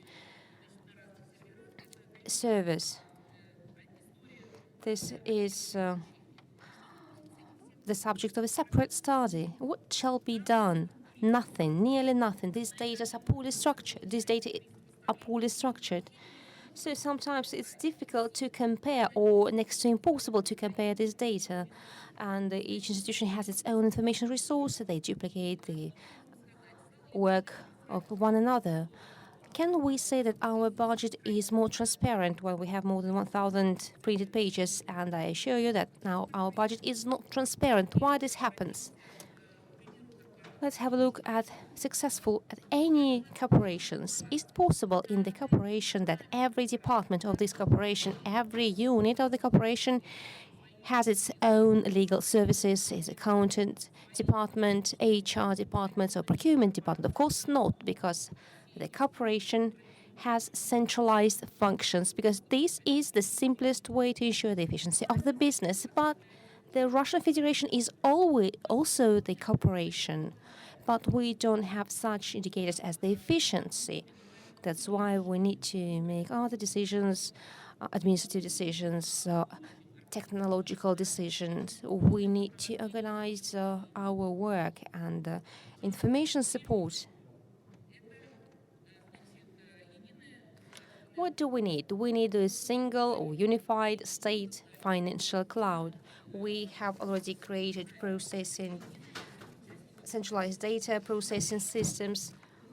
We need formularies of e-documents and tools of filling in those documents. And of course, we need the unified registers and classifiers based on which all these formularies should be filled out. And this model will help us to clearly describe all business transactions and to digitize those operations. All accounting entries will be generated automatically as soon as there is the economic event, and the main ledger of the Russian Federation will be generated online in the online mode, but not in a month after the reporting period is over. In addition, this model will allow us to centralize the part of accounting functions and then to hand them over to a specialized organization, such as the Federal Treasury. And when we switch to the new platform, to the new technological solution, we'll be able to minimize the human resources involvement. All this can be done using technological solutions. And in the end, this will allow us to have about 600,000 out of 1 million. We can leave only 600,000 persons that will be involved in more efficient labor, such as analysis and the design of policy. And a few words about the information resources, how we create them, how we design and manage them. First, we shouldn't use paper documents. And when we create electronic documents, we should minimize the entry of data using keyboard. Let's use the current classifiers and that information which was initially generated by other information resources. Now we discuss the efficiency, but when we launched the register of budget recipients and we compared this register with the register of legal entities, and Mikhail knows about that, we saw that not more than 30% of entries were compliant. We needed 6 months and 200 million rubles and lots of hours of work to synchronize the data of these two registers. Now we are keeping all records using this unified register of legal entities, and we prohibit the use of other registers. We can use only unified register on legal entities or the unified register of property or unified register of information about the population. And we're making this register together with tax authorities. So we should say no to paper documents. And if we do so, we will enjoy an absolutely new approach, and we will create the electronic or the digital state when we'll be able to communicate using different telecommunication tools. And the digital state, this is the possibility to perform transactions and to get online services from different portals. Since I'm running out of time and we do not have much time, I'm not going to dwell more on this topic. And well-structured information, correctly changed business process, and the good organization of the state governance or the public governance will allow us to use efficiently those advantages which are brought about by information technologies, because the information technologies by themselves will not help us to resolve the issues of efficiency of the public governance. Thank you, Tatiana. Some time ago, it was quite popular, and there was even a separate business area to have back offices, such as accountant department. For instance, we have the corporation and some outsourced accounting unit. But as far as I know, that this business is obsolete already. And what you are creating, you tax authorities and the Ministry of Finance, you build the blockchain of communication with me. You are providing services to me. You are not pressing me, you're not pushing over me because I didn't pay in time or something else. Because you tell me we are now your back office, and please have confidence in us because we have confidence in you. German mentioned the platform, and if we have this platform at this level, then I believe that we will move forward quite significantly. You are absolutely right. This is what I meant when I made my presentation. There are some parents and also representatives of higher educational institutions. Do you remember there was the question how long the banks will exist? And the profession, such as accountant, will sink into oblivion sooner or later. And these should be kept in mind by the parents. Well, and now I would like to give the floor to Mr. from the Ministry of Finance of South Korea. So I would like to give the floor to the next speaker, Juan Munguso. Could you please tell us how you're going to surprise the world and what budgetary solutions will be applied worldwide, in your opinion? That's the first page. This is it. No, you come back.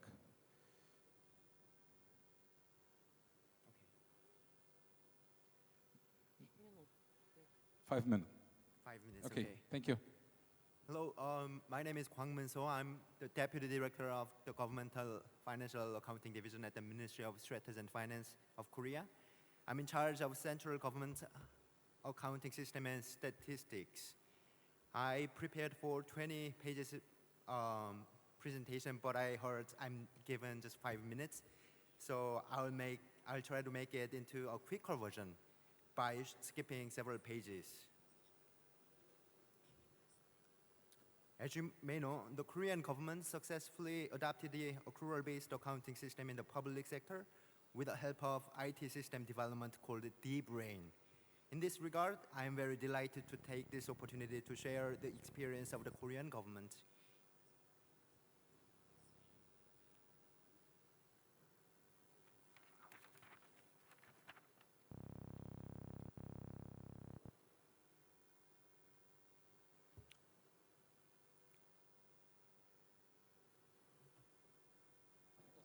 The Korean government has publicly discussed the introduction of accrual accounting to the public sector since the economic crisis in 1997. And the government paid attention to accrual accounting because the method evaluates national assets and liabilities objectively.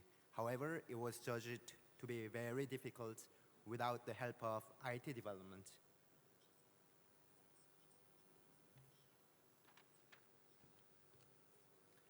In May 1998, the ministry announced a plan to adopt the accrual accounting system based on double entry bookkeeping. Through sustained reform efforts, the government made outstanding achievements such as the establishment of the National Accounting Act and the Korean Financial Management Information System in 2007.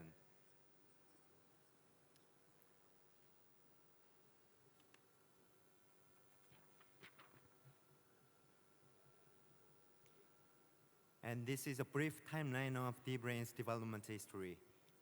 In 2004, the decision to invest in the national FMIS was made and careful planning was done. In 2009, the Korean government switched from cash basis accounting to accrual basis, double entry bookkeeping standards, and D-Brain was updated to reflect this significant shift. Now let's draw a broader picture on D-Brain. Before D-Brain was developed, we already had information systems, but the systems were following cash accounting and budgeting. So in 2004, Korea decided to create a new FMIS. It took 3 years to develop, and finally it came into use in 2007. D-Brain integrates budgeting, financial accounting, and reporting in order to link every field of the entire public finance and connects financial systems of various governments and agencies. D-Brain processes all financial activities online and automates the entire work processes to promote timeliness, accuracy, and diversity of financial information. And the total cost of the development was approximately $60 million, and half of which was spent on software development and the other half on hardware purchase.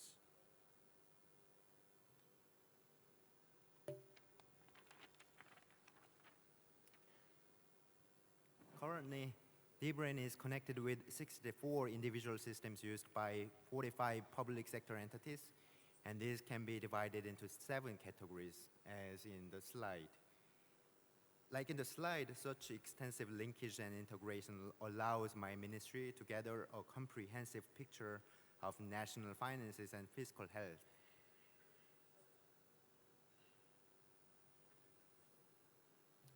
And what are the benefits of IT system development? Actually, expertise in financial reporting was required for public officials before bringing the system into the public sector. Accounting professionals like CPAs were in a great need to produce financial data, as most of the government employees had accounting knowledge that was hardly sufficient to generate such information. However, it was not a realistic option to recruit a large number of CPAs to prepare a government-wide financial statement. Accordingly, we adopted D-Brain to produce financial data without the help of accounting experts in the ordinary course of business.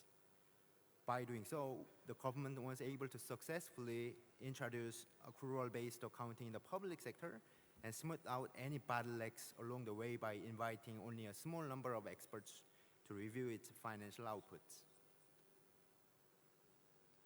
Furthermore, D-Brain enabled speedy, accurate, and efficient production of financial information.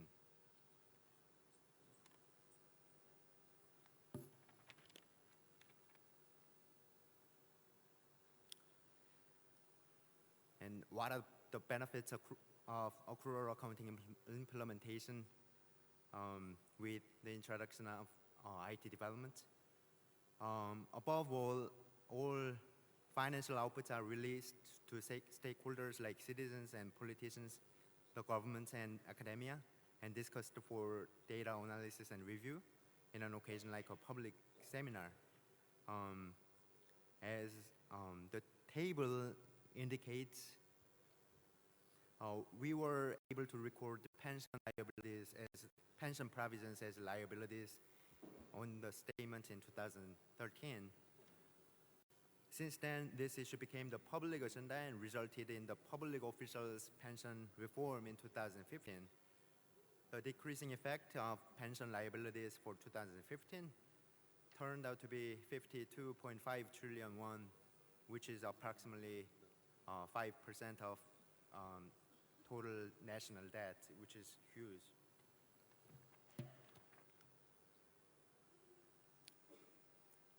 Actually, the reduction of 52.5 trillion won is an achievement attributable to the success of accounting and IT reform in Korea. The first success element is enactment of the national accounting standards, and another success element is deep brain. Actually, the biggest challenge in the reform was to integrate cash-based budgeting and accrual-based accounting, because both cash accounting and accrual accounting have their own advantages for planning and performance evaluation. So we integrated the two accounting methods through deep brain. Okay, this is all I have prepared for this session. Thank you. Спасибо большое. У меня Thank you so much.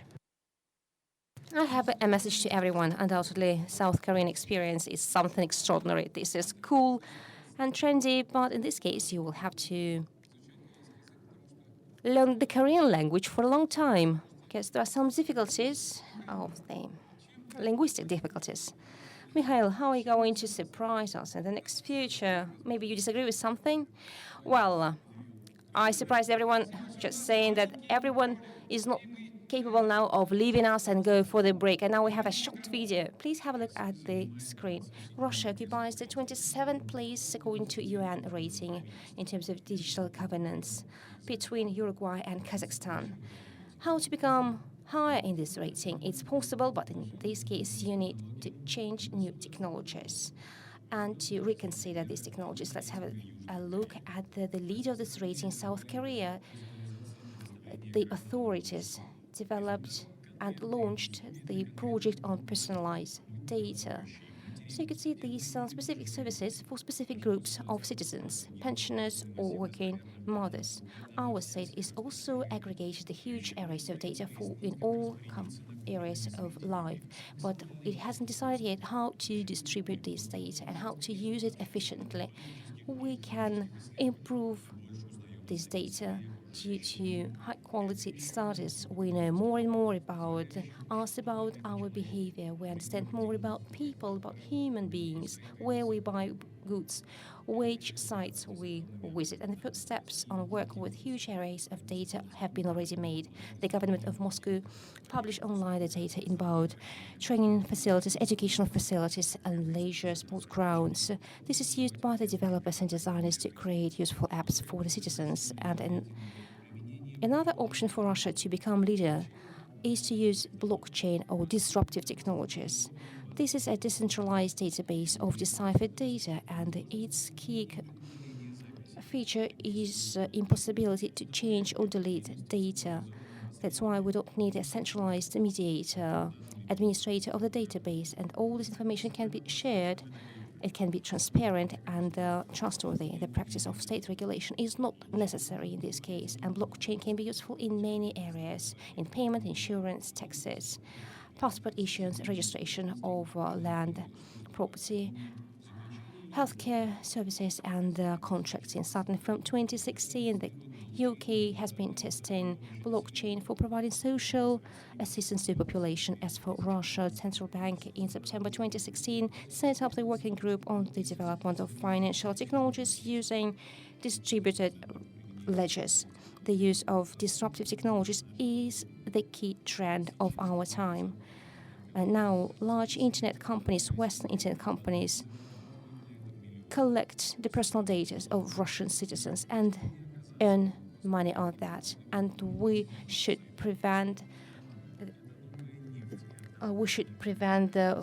such case when we can lose the momentum, because this can predetermine our future. The application of new technologies in this public governments requires special strategy. What is a right thing? The introduction of proven technologies in other countries, like in other countries, or the search of our own way based on revolutionary technologies.